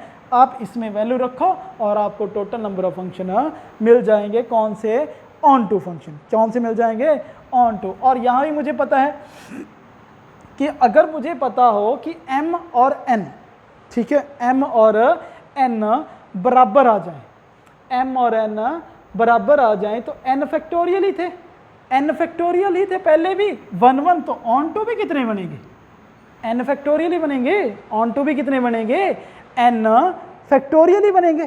क्लियर है जी। ऑन टू भी कितने बन जाएंगे n फैक्टोरियल ही बन जाएंगे। और इसके हिसाब से इनटू पूछ रहा है जी। अगर मुझे पता है मेरे फंक्शन क्या है, मेरे फंक्शन क्या है, m मेरा छोटा है, m मेरा छोटा है n से, तो ऑन टू तो बनेगा नहीं। और ऑन टू नहीं होते तो बाकी सारे क्या होते हैं इनटू, तो इनटू कितने आएंगे n power m, n power m, n power n बनेंगे। और यहाँ पे मुझे पता है सारे के सारे फंक्शन कितने आएंगे n पावर m, इसमें से माइनस कर दूंगा जितनी क्वांटिटी ये की वाली है, क्योंकि जो फंक्शन ऑन टू नहीं होगा वही फंक्शन क्या होगा इनटू। ऑन टू इतने हैं तो इनटू में से, टोटल में से ऑन टू माइनस कर दूंगा, वो क्या आ जाएंगे इनटू के फंक्शन आ जाएंगे। और इसमें भी मुझे पता है नॉर्मली सारे फंक्शन होते हैं n पावर n, उसमें से ऑन टू हैं कितने जी n फैक्टोरियल, तो बाकी कौन से बच गए इनटू वाले फंक्शन बच गए। बाकी फंक्शन कौन से बच जाएंगे इनटू फंक्शन बच जाएंगे। क्लियर है जी, समझ आया। इस तरीके से मुझे पता है कि मेरे फंक्शन कैसे चलेंगे, मेरे फंक्शन 1 1 ऑन टू और मैनी वन और इनटू किस तरीके से चलते हैं। और इस अकॉर्डिंग अगर मैं बाइजेक्शन देखूं, बाइजेक्शन का मीनिंग जो 1 1 भी हो ऑन टू, अगर m बड़ा आ गया, डोमेन छोटी आ गई, तब भी वो दोनों नहीं होंगे। अगर डोमेन बड़ी आ गई तब भी छोटे, तो तब भी दोनों नहीं बनेंगे। तो बाइजेक्टिव तो इस केस में दोनों 0 0 आएंगे। बाइजेक्टिव सिर्फ इसी में चलेगा n फैक्टोरियल। कितने चलेंगे n फैक्टोरियल। उम्मीद करते हैं आपको ये वाला टेबल समझ में आ गया होगा। ठीक है जी, आगे वाले टॉपिक पे चलते हैं कि मेरे पास लिखा पड़ा है कि कुछ इंपॉर्टेंट फंक्शन होते हैं, कुछ इंपॉर्टेंट फंक्शन होते हैं, उन्हीं के बारे में चर्चा करते हैं। फिर बाद में इसको समझेंगे इनकी डोमेन रेंज क्या होती है, कि ऐसे फंक्शन जिनकी डोमेन भी रियल नंबर हो और कोड मेन भी रियल नंबर हो, अगर मेरे फंक्शन R टू R चलना शुरू हो जाएं, ऐसे फंक्शन को रियल वैल्यूड फंक्शन कहा जाता है। रियल वैल्यूड फंक्शन कहा जाता है। क्या कहा जाएगा? Real valued function. तो उसमें पहला फंक्शन है मेरा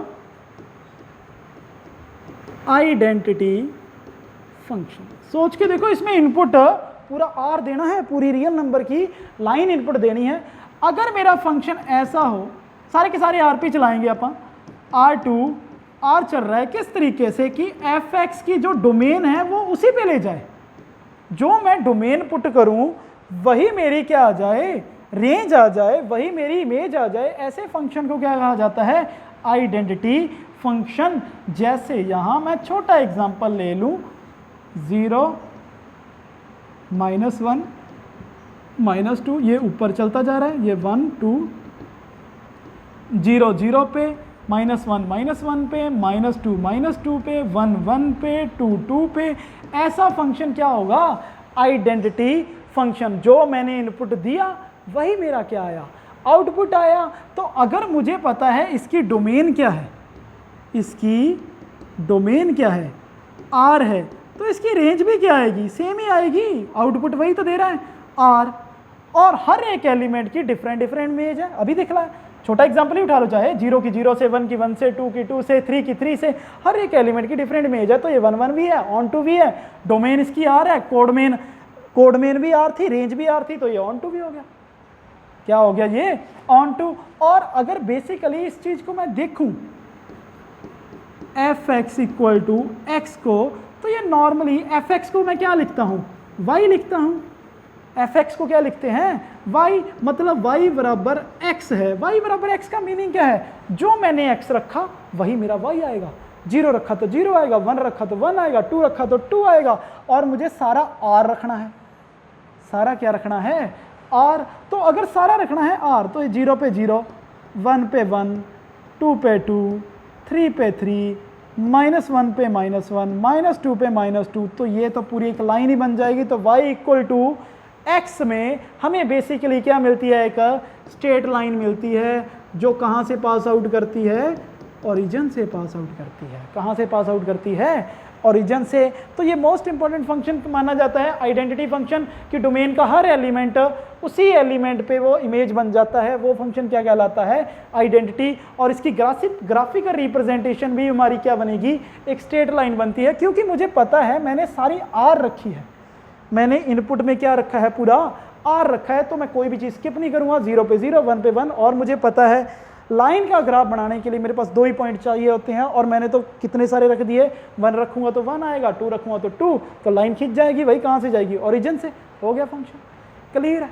ओके है। इसके बाद वाला फंक्शन, अगर ये फंक्शन हो सकता है तो एक ऐसा फंक्शन, अगर मेरा fx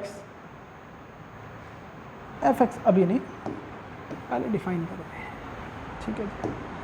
f है, r से r ही जा रहा है, और मैं कुछ भी कर लूं हर बार वैल्यू 4 ही आ रही है। 1 रख दूं तब भी 4, क्योंकि ये क्या है? एक ऐसी मशीन है, इनपुट मैं कुछ भी दूं आउटपुट हमेशा 4 ही आएगी। इनपुट क्या दे सकता हूं? पूरा रियल। इसका मीनिंग डोमेन क्या आई इसकी? आर। डोमेन क्या आई? आर। लेकिन जो मर्जी वैल्यू रखता जाऊं, कुछ भी 1 2 3 4 100 1000 जो मर्जी, वैल्यू क्या आएगी? 4। घूम फिर के क्या आएगी? 4। मतलब अगर ये सारा R था, इधर भी चाहे R ही था, लेकिन इसमें 4 दिख रहा है, सारे एलिमेंट ही कहाँ पे जाएंगे? 4 पे जाएंगे। हर एक एलिमेंट कहाँ पे गया? 4। तो कुछ मर्जी कर लूँ, एक कांस्टेंट वैल्यू ही आई। डोमेन चेंज करने से, इनपुट चेंज करने से कोड मेन पे, रेंज पे कोई फर्क नहीं पड़ रहा। और इसकी रेंज क्या आएगी? रेंज मुझे बेसिक पता है, इमेजेस का सेट, इमेज क्या आएगा? 4 ही आएगा। तो ये रेंज आ गई 4। कोड मेन मेरा क्या है? कोड मेन मेरा क्या है? पूरा पूरा R। तो क्या ये 1 1 हुआ? बिल्कुल भी नहीं भाई, कितने सारे एलिमेंट है, सभी की इमेज 1 आ गई, 4 आ रही है, तो ये 1 1 तो है नहीं, ये 1 1 तो नहीं है। क्या ये ऑन टू हुआ? बिल्कुल नहीं है, क्योंकि ऑन टू का मीनिंग क्या है? कोड मेन से खाली नहीं बचने चाहिए। इधर होगा 3 2, यहाँ पे 3 2 1 0, इधर माइनस वाले, यहाँ प्लस वाले, ये तो कुछ ही लिखे हैं, पॉइंट वाले भी हैं। कितने सारे पॉइंट हैं और सारे के सारे स्किप हो गए, सिर्फ एक ही इमेज आ रही है। रेंज कोड मेन के बराबर नहीं है, तो फंक्शन क्या हो जाएगा, इनटू, ना तो ये 1 1 है ना ही ऑन टू है, रेंज आ गई, कोड मेन आ गई। और इसका अगर मैं ग्राफ देखूं तो ग्राफ क्या आएगा, हर बार वैल्यू क्या आएगी 4, तो ये y इक्वल टू 4 वाली लाइन ही हुई, y इक्वल टू 4 वाली line, x equal to y equal to 4 वाली लाइन। कुछ मर्जी कर लूँ, हर बार वैल्यू क्या आ रही है 4, कुछ भी रखता जाऊं। ऐसे फंक्शन, अब जरूरी थोड़ी हर बार 4 ही आएगी, इसी को अब जर्नलाइज कर देते हैं कि अगर ऐसे फंक्शन जो कहां से कहां जा रहे हैं, R से R, लेकिन कुछ भी पुट कर लें, A for any A belongs to R, कोई भी A जो R में मौजूद है, ठीक है जी, ठीक है, कि किसी A के लिए हर एक इमेज, हर एक डोमेन का एलिमेंट उसी A पे जा रहा है, ऐसे फंक्शन को कहा जाता है कांस्टेंट फंक्शन। क्या कहा जाएगा, कांस्टेंट फंक्शन, कि मैं जितने मर्जी बार डोमेन चेंज करता जाऊं, मुझे कोड में रेंज एक फिक्स एलिमेंट ही मिल रहा है, कौन सा A, उसे क्या कहा जाएगा, कांस्टेंट फंक्शन कहा जाता है। f(x = a) इसके अकॉर्डिंग डिफाइंड कर दिया जाता है। अगले वाला कौन सा आएगा, मॉडुलस। बस कुछ एक फंक्शन ही आप ट्राई करेंगे कि जिससे हमें आइडिया हो जाए कि मैं ग्राफिकल रिप्रेजेंटेशन भी किस तरीके से अपन डिफाइन कर सकते हैं। मॉडुलस का मीनिंग क्या है, इसे बेसिकली ऐसे डिनोट किया जाता है, x। इसका एक बेसिक सा तरीका है कि ये कभी भी कुछ भी रख दे, आंसर हमेशा पॉजिटिव देगा। आंसर हमेशा क्या देगा, पॉजिटिव। आप f1 रख दो फिर तो 1 ही दे देगा, लेकिन अगर आप f-1 रखोगे, -1 का मॉडुलस क्या आएगा, +1 आएगा, तब भी क्या देगा, ये +1 देगा। या फिर इसे अगर मैं थोड़ा सा सिंपल से डबल टैप करूं, तो अगर मेरा x 0 या 0 से बड़ा है फिर तो सेम आंसर है, लेकिन अगर मैं इसे नेगेटिव रख दूं तो ये क्या आएगा, -x हो जाता है। मान लो अगर मैंने -1 रखा तो -1 इस कैटेगरी में आएगा, -1 के आगे एक और माइनस, फिर क्या हो गया, +1। तो वही चीज हुई कि मॉडुलस फंक्शन क्या करता है, इनपुट जो मर्जी दे दो, इनपुट जो मर्जी दे दो आप फंक्शन को, लेकिन वो आउटपुट क्या देगा, पॉजिटिव नंबर देगा। क्या देगा आउटपुट, हमेशा पॉजिटिव। तो सोच के देखो, डोमेन इसमें क्या है, और कोड मेन क्या है इसमें, R, लेकिन रेंज, सोच के देखो रेंज क्या होगी, नॉर्मल पॉजिटिव होंगे, सिर्फ पॉजिटिव, पॉजिटिव R। पॉजिटिव का R का मीनिंग नेगेटिव नहीं देगा, वो नेगेटिव नहीं देगा, पॉजिटिव R। तो कोड मेन सारी R है, रेंज मेरी पॉजिटिव का R है, तो इसके हिसाब से ये ऑन टू तो कभी नहीं होगा, क्योंकि कोड मेन मेरी R है, पूरे का पूरा R, ये पूरा पूरा R है, इधर 0, इधर पॉजिटिव, इधर नेगेटिव, और इमेज सारी ये दो चीजें बनेगी, या तो 0 बन सकती है या मेरे पॉजिटिव के नंबर, और कोड मेन में नेगेटिव वाले वैसे ही बचे पड़े रहेंगे। वो बेचारे गुस्सा करेंगे, वो सीधा कह देंगे हम ऑन टू नहीं होने देंगे, हम ऑन टू नहीं होने देंगे, क्योंकि हमारे पास नेगेटिव के नंबर पड़े हैं, हम जिंदा हैं, हम क्या हैं, जिंदा है, तो ऑन टू कैसे हो जाओगे, हटाओ या तो हमें, या फिर हमें भी किसी की इमेज बना दो, तभी हम ऑन टू हो पाएंगे, इसलिए ऑन टू तो होगा नहीं। और इसका ग्राफ कैसे बनता है, नॉर्मल से आते हैं, सिंपल, उसी तरीके से चलेंगे। अगर मेरे पॉजिटिव के नंबर हैं फिर तो चलता है वो x, और f(x = x) हो तो नॉर्मल ऐसे ही चलेगा ग्राफ, कि 1 रखा तो 1 आएगा, 2 रखा तो वैल्यू 2 आएगी, 3 रखा तो 3, तो 0 से लेकर 3 तक तो इधर चलेगा। लेकिन जैसे -1 रखा तो वैल्यू क्या आएगी, फिर से -1, 2 -2 पे x की वैल्यू अगर मैं -1 रखूंगा तो y मेरा +1, y की वैल्यू -2, x की वैल्यू -2 रखूंगा तो y मेरा फिर से +2, और इस तरीके से मेरा ग्राफ इससे और बढ़ता जाएगा।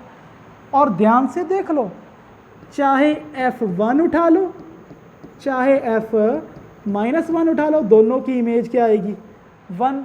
और मैं कहता हूं डोमेन के हर एक एलिमेंट के लिए अगर डिफरेंट इमेज मिले तो फंक्शन क्या हो जाता है, 1 हो जाता है। लेकिन मुझे सिर्फ फेल करने के लिए एक एग्जांपल ही काफी है, 1 और -1 की इमेज क्या आ गई, सेम आ गई, तो फंक्शन क्या हो जाएगा, ऑन टू के साथ साथ 1 1 भी फेल कर जाएगा। तो ये फंक्शन भी ना तो 1 1 है और ना ही क्या है, ऑन टू है, ना तो ये फंक्शन मेरा 1 1 है और ना ही क्या है ऑन टू है।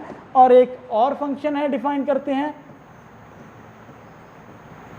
Greatest integer function.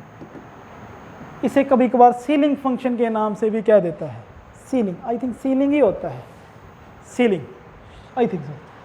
तो ग्रेटेस्ट इंटीजर का सिंपल तरीका बता रहे हैं भाई, इसे डिनोट किया जाता है एफ एक्स इक्वल टू, ऐसे डिब्बा सा बना के मॉडुलस एक्स, ऐसे डिब्बा सा बना के अंदर एक्स। इसकी खासियत क्या है, एक्स ही आ जाएगा, ठीक है जी। अगर एक्स ही आ जाएगा, कब आएगा, अगर एक्स क्या होगा, इंटीजर। अगर क्या होगा, इंटीजर होगा, फिर तो वैल्यू सेम आएगी। मान लो f1 रख दिया,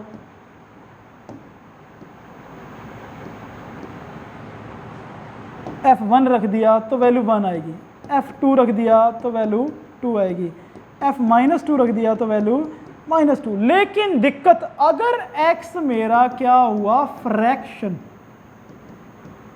या फिर रैशनल हो गया, रैशनल नहीं, फ्रैक्शन कह दो, ठीक है, रैशनल नहीं, क्योंकि रैशनल इंटीजर वाले भी तो रैशनल होते हैं। अगर मेरा नॉन इंटीजर, ये लिखो, ये बढ़िया है,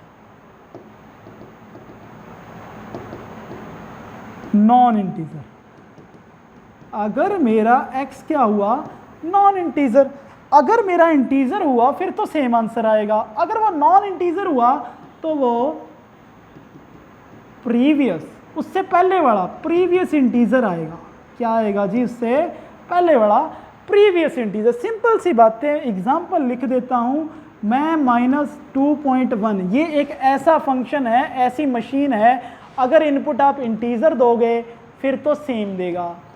अगर आप नॉन इंटीजर दोगे, नॉन इंटीजर का मीनिंग जैसे 2.1 दिया तो उससे पहले वाला इंटीजर दे देगा आंसर। 2 पॉइंट में कोई भी नंबर दिया तो उससे पहले वाला पूरा नंबर दे देगा। -2.1 पे क्या, 2.1 पे वैल्यू क्या आएगी, 2, 2.9 पे भी क्या वैल्यू आएगी, 2 ही आएगी, कोई 3 ना समझ ले। मैं यहाँ पे राउंड द फिगर करने की बातें नहीं कर रहा, मैं कह रहा हूँ कि अगर एक पॉइंट वाला नंबर है तो उससे पहले वाला आंसर आएगा, उससे पहले वाला इंटीजर। 2.9 से पहले इंटीजर कौन आता है, 2 आता है, 3 नहीं आता।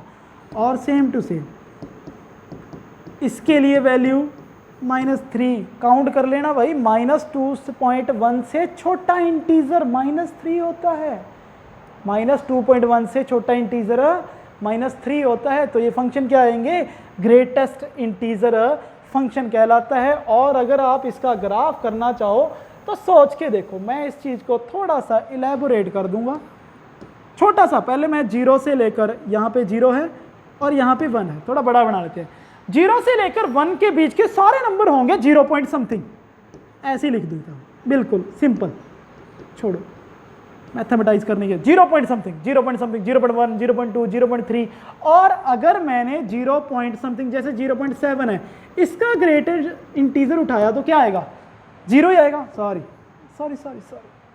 1 नहीं आएगा, 0, 0.2 ले लो तब भी 0। यानी कि 0 से लेकर 1 तक के सारे नंबर, 1 छोड़ दो, 0 से लेकर क्लोज इंटरवल से लेकर ओपन इंटरवल 1, यहां तक के जितने नंबर हैं सभी पे अगर मैं ग्रेटेस्ट इंटीजर उठा दूं तो नंबर क्या मिलेगा मुझे, 0। तो सिंपल, अगर मैं इसका कलर चेंज कर दूं ये, तो 0 से लेकर, अरे ये 0 से लेकर 1 तक, ये 0 1 नहीं, ओपन छोड़ दिया, क्योंकि 1 जैसे ही आया 1 पे वैल्यू क्या आएगी, इंटीजर, इंटीजर पे वैल्यू वही देगा। यहां अगर 1 से 2 है, 1 से 2, जैसे ही 1 आया तो वैल्यू कहां गई, यहां पे, कहां पे, 1 पे, क्योंकि 1 से लेकर 2 तक की वैल्यू, 1 से लेकर 2 ओपन कर दो 1, ये 1 पॉइंट समथिंग के आंसर होंगे। 1 पॉइंट समथिंग के आंसर होने का मीनिंग 1.2, 1.3, 1.5, 1.9, 1.9999, ऐसे उन सभी पे अगर मैं ग्रेटेस्ट इंटीजर लगा दूं तो वैल्यू क्या आएगी, 1 ही आएगी। तो यहां से लेकर वो 2 तक वैल्यू क्या देगा, 1, और जैसे ही 2 आएगा आगे वाले पे 1, ऐसे। तो इसका ग्राफ कुछ इस तरीके से बनता है भाई, ऐसे सीढ़ियां सी बनती है, चेक कर लेना। इस तरीके का ग्राफ हमेशा क्या बनाता है, एक स्टेप बाय स्टेप चलता है कि 0 से लेकर 1 तक की वैल्यू में 0 आएगा, 1 से जैसे ही आगे चलेगा वो 1 हो जाएगा, 2 से वो फिर से 2 होना शुरू हो जाएगा, ऐसे बढ़ता जाता है। तो इस तरीके से मेरे कुछ एक इम्पॉर्टेंट फंक्शन अपन ने आज डिस्कस कर लिए, और भी है उनको अपन बाद में साथ साथ करते जाएंगे, ठीक है जी। और अगर करना भी चाहते जैसे e पावर x, ठीक है जी, या फिर a power x। a power x का मीनिंग इसको मैं दो तरीके से सॉल्व कर देता हूँ, नॉर्मली सीधा ग्राफिकल मेथड से ही समझा रहा हूँ। a पावर x का मीनिंग, अगर मुझे पता हो a की वैल्यू अगर मैं 1 से बड़ी उठा लूँ, a की वैल्यू 1 से बड़ी होने का मीनिंग 2 की पावर x। तो जैसे जैसे मैं इनपुट दूंगा तो वैल्यू बढ़ती जाएगी, जैसे जैसे इनपुट दूंगा वैल्यू बढ़ती जाएगी। और सबसे छोटी वैल्यू क्या देगा, अगर मैं 0 रख दूं, x की वैल्यू 0 रखी तो 2 की वैल्यू 0, तो क्या बनेगा 1। इन्हें कहा जाता है एक्सपोनेंशियल फंक्शन। क्या कहा जाएगा, एक्सपोनेंशियल। और जैसे ही मैं माइनस के नंबर रखना शुरू करूंगा, जैसे मैं 2 की पावर -1 रख दिया तो 1/2 आएगा, 1/2। इट मीन्स 0 रखा तो 1 आया, और जैसे ही 0 से बड़ी रखना शुरू करूंगा तो बड़ा आएगा, और 0 से छोटी रखना शुरू करूंगा तो फंक्शन 0 से वैल्यू छोटी होती शुरू हो जाएगी। तो इसका ग्राफ कुछ इस तरीके से चलता है।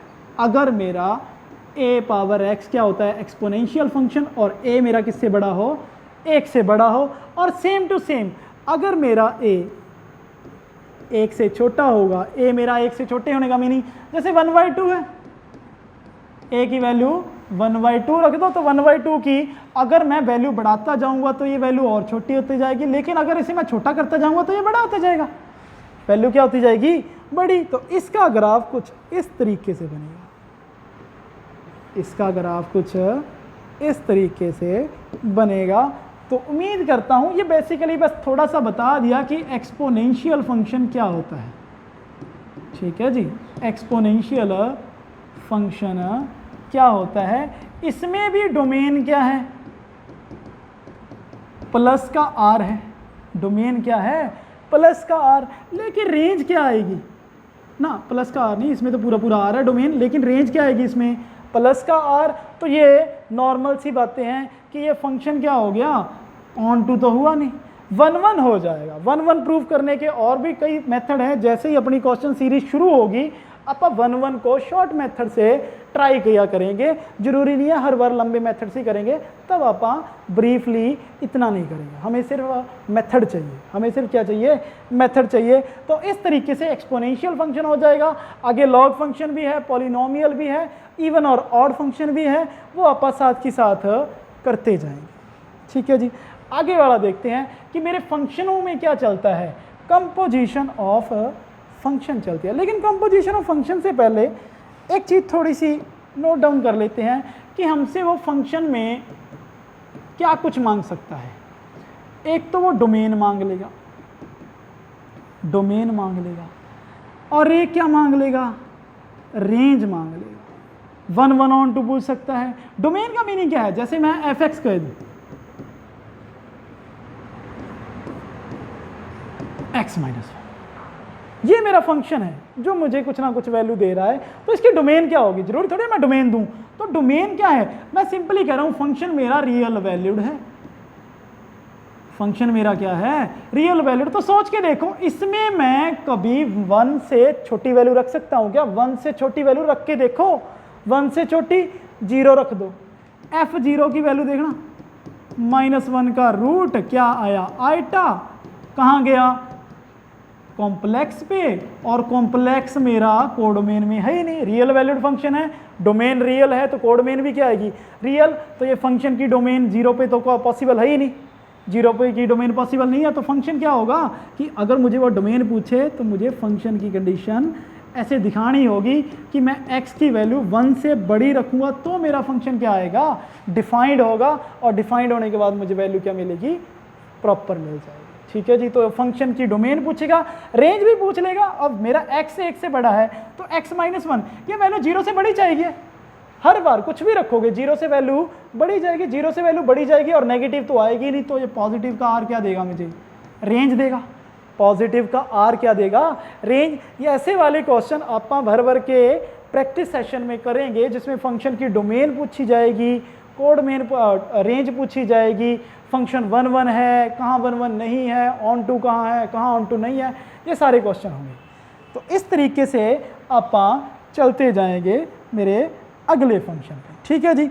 और अपने एक लास्ट वाले टॉपिक ही है कि इसके बाद अपनी थ्योरी का जो मोटा मोटा कंसेप्ट होगा वो क्लियर हो कवर अप हो जाएगा। इसके बाद आप इसके क्वेश्चन सीरीज में briefly method to method discuss करते रहेंगे कि मेरे पास कंपोजिशन ऑफ फंक्शन क्या है। कंपोजिशन ऑफ फंक्शन, इसे एग्जांपल से कर लो।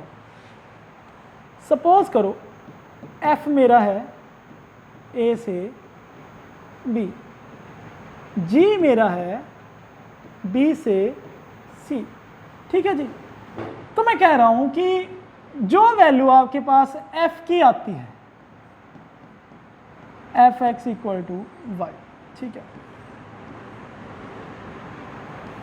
जैसे ये g फंक्शन है, g फंक्शन ऐसे जा रहा है, इसमें इनपुट जाएगी, इनपुट किसकी जाएगी, b की, इनपुट किसकी जाएगी, b की, इनपुट किसकी जाएगी, b की। तो b की सारी इनपुट a से b, ठीक है। अरे b से नहीं, इसको ऐसे करो, सेम से नहीं उठाते, अभी c से d करते हैं, ठीक है। ये c उठा लो और ये d, g में इनपुट जानी है c की, और वो जाएगी आउटपुट किसमें, d में। और मैं कह रहा हूं इनपुट ना c के साथ साथ ऐसी भी दे दो इनपुट जो b में बनती हो, जो f की आ रही हो। कि मान लो कि f भी फंक्शन था, f भी मेरा क्या था, फंक्शन था, f भी मेरा क्या था, फंक्शन। तो f(x) अगर मेरा कोई y आएगा, f(x) मेरा कोई क्या आएगा, y आएगा, कि x मैंने कहाँ से उठाया, a से, और मुझे कहाँ मिला वो y, b में। तो जो y की वैल्यू आई है f(x) में रखने पर, जो y आया है उसे एज आ इनपुट यूज कर लो, किसमें, g में, एज आ इनपुट किसमें यूज कर लो, g में। तो एक ऐसी वैल्यू मिलनी शुरू हो जाएगी, मैं फंक्शन को फंक्शन में फिट करना शुरू कर दूंगा, कि मैं एक फंक्शन की जो वैल्यू आ रही थी, एक फंक्शन की जो इमेजेस आ रही थी, उसे मैं एज आ इनपुट, या कह लो उसे एज आ डोमेन किसमें, एक नए फंक्शन में यूज कर रहा हूं, किसमें, g में। उसे ही कहा जाता है composition of function, composition of function. जब मैं एक फंक्शन की वैल्यूज को, एक फंक्शन के आउटपुट को दूसरे फंक्शन के इनपुट के तौर में यूज करना शुरू कर दूं, उसे कहा जाएगा कंपोजिशन ऑफ फंक्शन। लेकिन इसमें भी एक जोल है, समझने वाली बातें हैं। सोच के देखो, अगर मेरे पास b है, a से जाएगा कहां पर, b, f कहां जा रहा है, a से कहां जा रहा है, b, कौन जा रहा है, f। अगर ये b सारे का सारा जो भी है, इसको इनपुट यूज करना है, जितनी भी इमेजेस आएंगी, मान लो ये सारे का सारा ऑन टू है, सारे का सारा क्या है, फंक्शन है f ऑन टू है। अगर ये ऑन टू है, अगर ये फंक्शन ऑन टू है, तो अगर ये फंक्शन ऑन टू हो गया तो सोचो सारी की सारी रेंज क्या बन जाएगी, b। तो b को c से बड़ा होना चाहिए क्या, c क्या है, इनपुट है नए फंक्शन की, c क्या है, इनपुट है g की। तो c से बड़ा थोड़ी, c क्या है, सारी की सारी इनपुट है, और उसी में क्या होना चाहिए, b को होना चाहिए। तो मेरी पहली कंडीशन यही कहती है कंपोजिशन ऑफ फंक्शन, कि अगर ये रहा a से b और g c से d दो रियल वैल्यूड फंक्शन है, देन g(of) क्या है जी, g(of) ये मेरी कोई कंपोजिशन हो सकती है। कहां से कहां, a से d, इसे भी आप सारा समझ ही लेंगे। Is defined as g(of)(x), जो कि किसके बराबर होता है, g(of)(x) क्या है, g(f)(x), वही चीज आ गई। f(x) तो क्या है, आउटपुट है किसका, f का, f फंक्शन का आउटपुट क्या है, f(x). उसी f(x) को एज आ इनपुट यूज कर लिया गया g में, वो क्या कहलाता है, g(of)। और इसे सिर्फ इसी तरीके से प्रोवाइड किया जाता है कि वो फंक्शन डिफाइंड कब होता है, अगर रेंज जो होती है, रेंज किसकी, f की, वो किस में कंटेन करनी चाहिए, डोमेन में कंटेन करनी चाहिए। रेंज किस में आनी चाहिए, डोमेन में आनी चाहिए। अगर मेरी रेंज डोमेन में आ गई तो फंक्शन मेरा क्या हो जाएगा, डिफाइंड हो जाएगा जी ओ एफ, और एफ ओ जी भी डिफाइंड हो जाएगा। अगर मेरा एफ कहाँ से चल रहा था, ए से बी, जी कहाँ से चल रहा था, सी से डी, तो एफ जी ओ एफ कैसे डिफाइंड होगा कि ये वाली चीज़ इसका सबसेट हो तो फंक्शन नया बनेगा ए से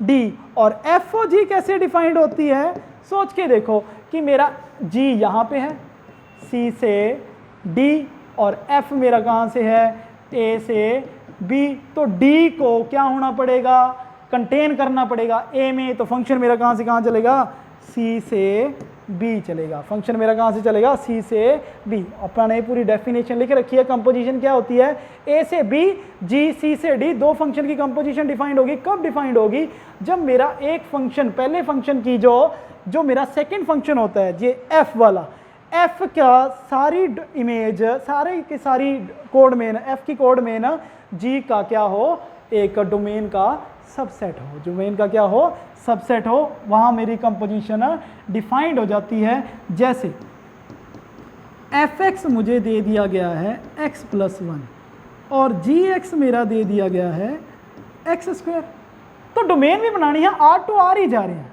R टू R ही जा रहे हैं, तो ये दोनों R टू R जा रहे हैं और ये भी R टू R जा रहे हैं। तो मुझे पता हो अगर मेरा F A से B जा रहा है, G मेरा B से C, तो ये तो सेम ही हो गए, सबसेट की तो कंडीशन ही नहीं है, तो A से C डिफाइन हो जाएगा। सेम टू सेम दूसरा भी डिफाइन हो सकता है अगर कंडीशन फुलफिल हो जाए। तो मैं अगर एफ ओ जी एक्स डिफाइन करना चाहूँ तो वो क्या आएगा, एफ ऑफ जी एक्स, और जी एक्स की वैल्यू अभी अभी देखिए कितनी आई है, x², मतलब जी एक्स की जगह मैंने क्या रख दिया, एफ x², और ये क्या कहता है कि f में x² है, तो वो बेसिकली क्या कर देगा, उसमें 1 ऐड कर देगा, तो ये फंक्शन क्या बन गया, x² + 1। तो इसका फ़ायदा क्या हुआ कि मुझे एक फंक्शन से, दो फंक्शनों से उसके मल्टीपल फंक्शन तैयार होने शुरू हो जाएंगे, जिसका फ़ायदा मुझे कंटिन्यूटी एंड डिफरेंशियबिलिटी में बहुत ज़्यादा होता है। ठीक है जी, तो इस तरीके से वो कंपोजिशन ऑफ फंक्शन को डिफाइन करता है। वो कभी कभार एग्जांपल दे देगा कि f1 की वैल्यू 5 है, g 5 की वैल्यू 4 है, तो g f5 बताओ, f1 बताओ, यही चीज़ है, सिंपल। ऐसे क्वेश्चन पूछेगा तो सोच लो भाई, g f1 की वैल्यू ऐसे, f1 की वैल्यू अभी अभी निकाली 5, और g5 की वैल्यू मेरे पास पहले से पड़ी है, g5 देखो भाई, g5 कितना आ गया, 4 आ गया। ठीक है जी, g5 कितना आ गया, 4। इस तरीके से मेरे क्वेश्चंस को वो डिफाइन करना चाहेगा। हालांकि आप जब इसकी क्वेश्चन सीरीज लाएंगे तो प्रॉपर उसके वेल डिफाइंड क्वेश्चंस होंगे, जिनको आप प्रीवियस एग्जाम में देख चुके होंगे, वही वाले क्वेश्चन यूज़ करेंगे। ठीक है जी, ये वाला हुआ। और इसके बाद थोड़े से रिजल्ट हैं कि ए बी सी अगर 3 नॉन एम्प्टी सेट हैं और एफ ए से बी, बी से सी कौन जा रहा है, जी जा रहा है, तो जी ओ एफ ए से सी डिफाइंड हो जाएगा। ऑब्वियस सी बात है भाई, देख लो, एफ है मेरा ए से बी, जी मेरा है बी से सी, तो मेरा जी ओ एफ जरूर डिफाइंड होगा। फंक्शन मेरा ऐसे चलता है लेकिन कंपोजिशन मेरी ऐसे डिफाइंड होती है। फंक्शन जब भी ऐसे कंपोजिशन डिफाइन करनी होता तो ऊपर से नीचे से ऊपर जाता है, लेकिन डोमेन z बनाती है। अगर ये सेम हो जाए तो फंक्शन मेरी कंपोजिशन जरूर डिफाइन करते हैं। तो ये एफ ओ जी है वो मेरे क्या होते हैं, इंजेक्टिव। इंजेक्टिव का मीनिंग आपने पहले ही पढ़ा था, इंजेक्टिव का मीनिंग 1 1। अगर मेरी कंपोजिशन 1 1 है, कंपोजिशन 1 1 है, तो सीधा याद रखना ये अंदर वाला f, हमेशा अंदर वाला फंक्शन चाहे f हो चाहे g हो, वो हमेशा क्या होता है, इंजेक्टिव। अगर चाहे f हो g हो, ये मेरा 1 1 है तो ये 1 1 होगा, सिर्फ अंदर वाला फंक्शन क्या होगा, 1 1। और अगर सेम टू सेम अगर ये ऑन टू हो जाए तो ये बाहर वाला ऑन टू हो जाएगा। वही चीज़ आगे लिखी होगी, जी ओ एफ क्या है, onto, G O F क्या है, ऑन टू, देन जी बाहर वाला फंक्शन यही है, बाहर वाला फंक्शन क्या हो जाएगा, ऑन टू, और यहाँ अंदर वाला फंक्शन क्या हो जाएगा, 1 1। और वो कह रहा है कि अगर दो फंक्शन हो एफ ओ जी और जी ऑफ एफ आइडेंटिटी बन जाए, एफ ओ जी क्या बन जाए, आइडेंटिटी। एफ ओ जी आइडेंटिटी का मीनिंग वो वैल्यू को सेम जगह लेके जाएगा, वैल्यू को सेम जगह लेके जाएगा। सेम जगह ले जाने का मीनिंग क्या है? वैल्यू को अगर सेम जगह ले जाएगा तो फंक्शन मेरा पहले वाला, ये अंदर वाला फंक्शन 1 1, बाहर वाला फंक्शन ऑन टू, वही सेम कंडीशन है, एफ इज इंजेक्टिव और जी इज सरजेक्टिव, और सेम टू सेम अगर एफ ओ जी हो तो जी मेरा 1 1, एफ मेरा ऑन टू। क्लियर है जी, समझ आया? इस तरीके से मैं कंपोजिशन के रिजल्ट लिखे बैठे हैं। और लास्ट में आता है इनवर्स ऑफ फंक्शन। एक्चुअल में इनवर्स ऑफ फंक्शन है क्या? ठीक है जी, आई थिंक लास्ट है। हाँ जी, inverse of function, basically inverse of function क्या है? सपोज कि ये मेरा कोई एफ फंक्शन था जो किसी एक्स को कहाँ ले गया? वाई पे ले गया। जो किसी एक्स को कहाँ ले गया? वाई पे। तो हमें सिर्फ क्या करना है, एक ऐसा रास्ता निकालना है जो उस वाई को पक्का, उस वाई को ओरिजिनल एक्स पे ले आए, उस वाई को ओरिजिनल एक्स पे ले आए। इसी जी को क्या कहा जाएगा? F inverse. क्या कहा जाएगा? F inverse. तो सोच के देखो, इस इनवर्स का मीनिंग क्या है? जैसे ये है F X equal to X square है और मेरे पास एलिमेंट 3 ही है, -1 0 1। तो -0 तो 0 पे जाएगा, 0 का स्क्वायर 0, 1 की वैल्यू 1 पे ही जाएगी, लेकिन -1 की वैल्यू भी कहाँ जाएगी? 1 पे ही जाएगी। तो -1 चाहे 1 पे चला गया, तो क्या आप 1 को किसी एक एलिमेंट पे भेज सकते हो क्या वापस? एक एलिमेंट पे, ये 1 है। मैं कह रहा था अगर मेरा x इधर जा रहा है y, तो कोई रास्ता ढूंढो जो y को वापस उसी ओरिजिनल पे ले आए। क्या ले जा सकते हो? क्योंकि वापस जाते हुए इसके पास 2 रास्ते हो गए। वापस जाते हुए 1 के पास कितने रास्ते हो गए? 2। या तो वो -1 पे जाएगा या 1 पे। कंफ्यूज, एक एलिमेंट के पास 2 वैल्यू। उल्टा चल रहा है, उल्टा जा रहा है, मान लो ना उल्टा जा रहा है। उल्टा जाता हुआ भी तो एक फंक्शन ही है, उल्टा जाता हुआ भी तो एक फंक्शन ही है। तो उल्टा जाता हुआ अगर एक कोई फंक्शन है, अगर कोई फंक्शन है तो फंक्शन एक वैल्यू 2 पे कैसे जाएगा? तो ये फंक्शन डिफाइंड ही नहीं होगा, तो मुझे उल्टा जाते हुए रास्ता मिलेगा ही नहीं। इसीलिए इनवर्स को फायदा तब आता जब वो फंक्शन भी क्या हो? 1 1 भी हो और ऑन टू भी हो। सोच के देखो कि मुझे हर एक एलिमेंट को वापस लेके आना है।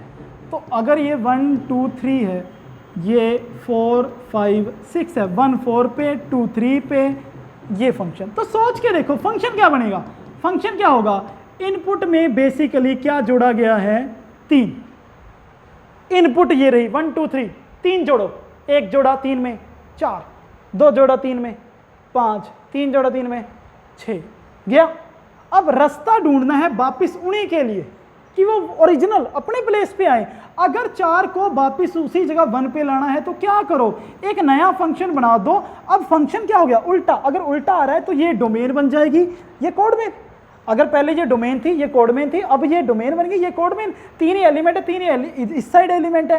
तो सोचो इनपुट में जो जी की इनपुट है उसमें अगर मैं 3 माइनस कर दूं तो 3 माइनस कर दूं तो 3 माइनस करो, 4 में से 3 गए, 1 आ गया, उसी पे आया। 1 से चला पा 4 पे गया था, 4 से चला वापस माइनस किए 3 वहीं पे आया। 2 में 3 जोड़े 5 पे गया, 5 में 3 घटाए 2 पे आया। 3 में जो 3 जोड़े 6 पे गया, 6 में से 3 जोड़े 3 पे आया। तो अगर मैं इनपुट के हिसाब से उसी आउटपुट में कोई चेंज कर दूं, वो आउटपुट वाली जो इमेज थी वो क्या बन गई? इनपुट। इनपुट में मैंने कुछ चेंज किया, नया फंक्शन बनाया, उसी नए फंक्शन को क्या कहा जाता है? इनवर्स कहा जाता है। क्या कहा जाएगा? इनवर्स। लेट कर लो ए से बी कोई फंक्शन जा रहा है, वो क्या है? बाइजेक्शन। वही चीज कह दी ना, अभी अभी समझाया था कि अगर मेरे पास एलिमेंट एग्जाम्पल पड़े हैं, उल्टा रास्ता मैंने ढूंढना चाहा इनवर्स के लिए, लेकिन 1 के हिसाब से -1 और 1 दोनों पे कैसे जाएगा? 1 पे ही जाएगा। अगर 1 पे गया तो दिक्कत, क्योंकि यहाँ 1 के लिए भी तो 1 जा रहा था, तो 1 को वापस 1 पे भी तो आना था, तो ये फेल हो जाएगा। ठीक है जी। तो ये 1 1 भी नहीं होना चाहिए, 1 1 भी होना चाहिए। पहली बात है सारे एलिमेंट अलग अलग। दूसरी बात onto. Onto, onto meaning meaning कि वो 1 1 भी होना चाहिए और ऑन टू। सोच के देख लो, इधर 3 एलिमेंट x y z, इधर 1 2 3 4, 3 एलिमेंट तो गए डिफरेंट पे, और मैं वापस जाना चाहता हूं। 3 एलिमेंट तो ले आया, इसे कहां लेके जाऊं? उल्टा। ये भी तो इनपुट थी, मैंने कहा अगर a से b बना रहा हूं तो मैं b से a एक नया फंक्शन बना रहा हूं, g मान लो इसे, अभी आप इनवर्स कह भी नहीं रहे, g मान लो, तो g में मुझे 4 के लिए कोई वैल्यू मिलेगी ही नहीं, नॉट डिफाइंड आएगा। सोच के देखो, b में 4 एक ऐसा एलिमेंट है जो वापिस ही नहीं जाएगा, तो फंक्शन को 1 1 भी होना चाहिए, फंक्शन को ऑन टू भी होना चाहिए, फंक्शन को 1 1 भी होना चाहिए, फंक्शन को ऑन टू भी, इसीलिए कह दिया सीधा a से b अगर बाइजेक्शन है देन फंक्शन जी b से a क्या बनेगा? इनवर्स बनेगा। If and only if for each y belongs to a there exist unique element such that f(x) equal to y। Example समझिए कि वो कहना क्या चाहता है। अगर x मेरा किसी y पे जा रहा है तो मैं रास्ता ढूंढूं, y मेरा x पे ही आए, हर एक y के लिए। अगर मैं हर एक y के लिए इधर x ढूंढ लूं, हर एक y के लिए इधर x ढूंढ लूं, वो भी कौन सा x? Unique x। किस तरीके से कि वो पहले अगर f(x) इक्वल टू y था तो उल्टा क्या बनेगा? f inverse y equal to x बनेगा। इसी चीज को क्या कहा जाता है? इनवर्स फंक्शन कहा जाता है। एग्जाम्पल ये रहा, f(x) equal to x plus 4, f(x) equal to x plus 4। अगर मेरा इनपुट x था, अगर मेरा इनपुट x था तो मेरा आउटपुट क्या आया? x प्लस 4 जो कि किसके बराबर है? y। x प्लस 4 जो कि किसके बराबर है? y। और मैं y को उसी x पे लाना चाहता हूँ, y को उसी x पे लाना चाहता हूँ, तो मैं क्या करूँगा? बेसिक सी बातें हैं, y में से क्या माइनस करूँगा? 4। y में से क्या माइनस करूँगा? 4। तो यही फंक्शन क्या बन जाएगा? इनवर्स। और इसको प्रूव करने के बेसिक से तरीके हैं, जैसे ये f(x) इक्वल टू y था और f(x) की वैल्यू थी x plus 4 equal to y, तो वो x की वैल्यू ढूंढ लेगा y माइनस 4। तो अगर मेरा x यहाँ से y पे जा रहा था तो उल्टा आने के लिए g के लिए वो उसने x ढूंढ लिया कि अगर भाई आप कोई भी इसमें से y ढूंढोगे उसमें से 4 माइनस कर दो, आपको ओरिजिनल x मिल जाएगा। आपको कौन मिल जाएगा? Original x। और ऐसे कितने y हैं? जितनी कोड मेन की क्या होगी? कैपेसिटी होगी। जितनी कोड मेन की क्या होगी? कैपेसिटी होगी। और जितनी कोड मेन की कैपेसिटी उतने y तो उतने x तो फंक्शन क्या हो जाएगा? g defined. और इसी g को बाद में वो क्या कह देता है? f इनवर्स कह देता है। क्या कह देगा? f inverse. इसको प्रूफ करने का एक और बेसिक तरीका है। पहले तो यही था कि आप f(x) इक्वल टू y लो और पहले उसे 1 1 ऑन टू प्रूफ कर दो। अगर 1 1 ऑन टू नहीं है फिर दिक्कत हो जाएगी। 1 1 ऑन टू होना चाहिए, क्योंकि मुझे पता है अगर एक साइड भी एलिमेंट कम ज़्यादा हुए तो 1 1 ऑन टू का पंगा पड़ जाएगा। किसमें? फाइनाइट में। फाइनाइट का एग्जाम्पल काउंट कर रहा हूँ, जरूरी नहीं है फाइनाइट हो, इनफाइनाइट में भी 1 1 ऑन टू प्रूफ हो जाते हैं। इनफाइनाइट में भी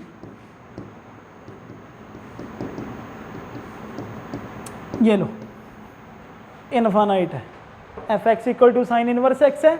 डोमेन इसकी देख लेना, कोड मेन देख लेना, पता ही है सभी को। इनफाइनाइट में भी ये सीन चलते हैं। तो फंक्शन मेरा क्या है? फंक्शन को प्रूव करने के लिए f(x) इक्वल टू y लो और x की वैल्यू ढूंढ दो y में।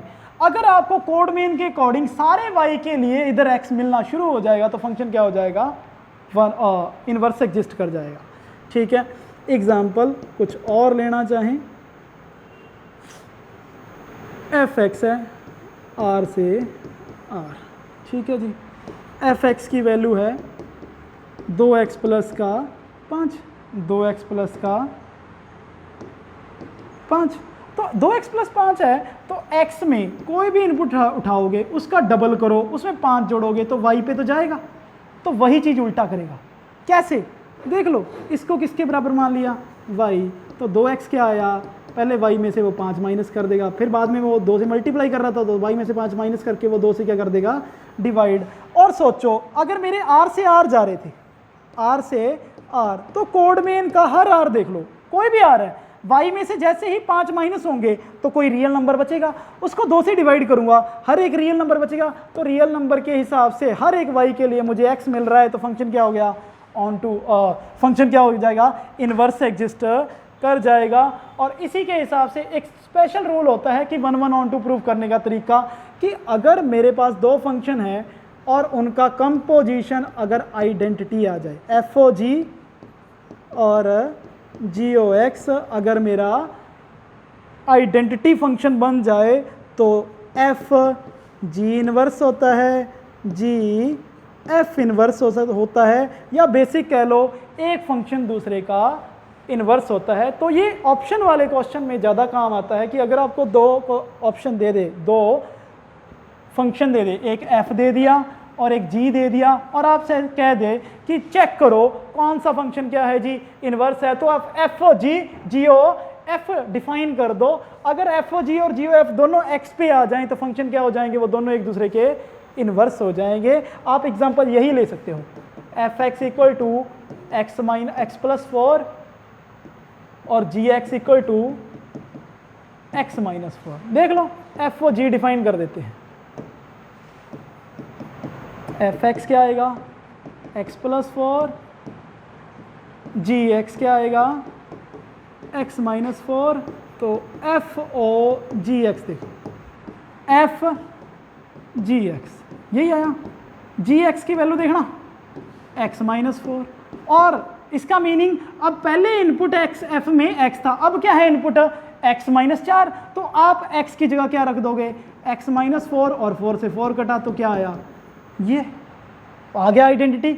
अब जी ओ एफ भी देख लो, एक्स ये आया, जी एफ एक्स क्या है, एक्स प्लस 4, अब जो जी में पहले इनपुट एक्स था अब क्या है एक्स माइनस एक्स प्लस 4, तो आप x की जगह x प्लस 4 कर दो, माइनस 4 से माइनस 4 कट गया तो x क्या आ गया, आइडेंटिटी। तो ये दोनों फंक्शन एक दूसरे क्या है, इनवर्स हैं। और भी डिफरेंट टाइप्स ऑफ फंक्शन हैं जिन्हें आप अपनी प्रैक्टिस सीरीज में टेस्ट करेंगे, चेक करेंगे।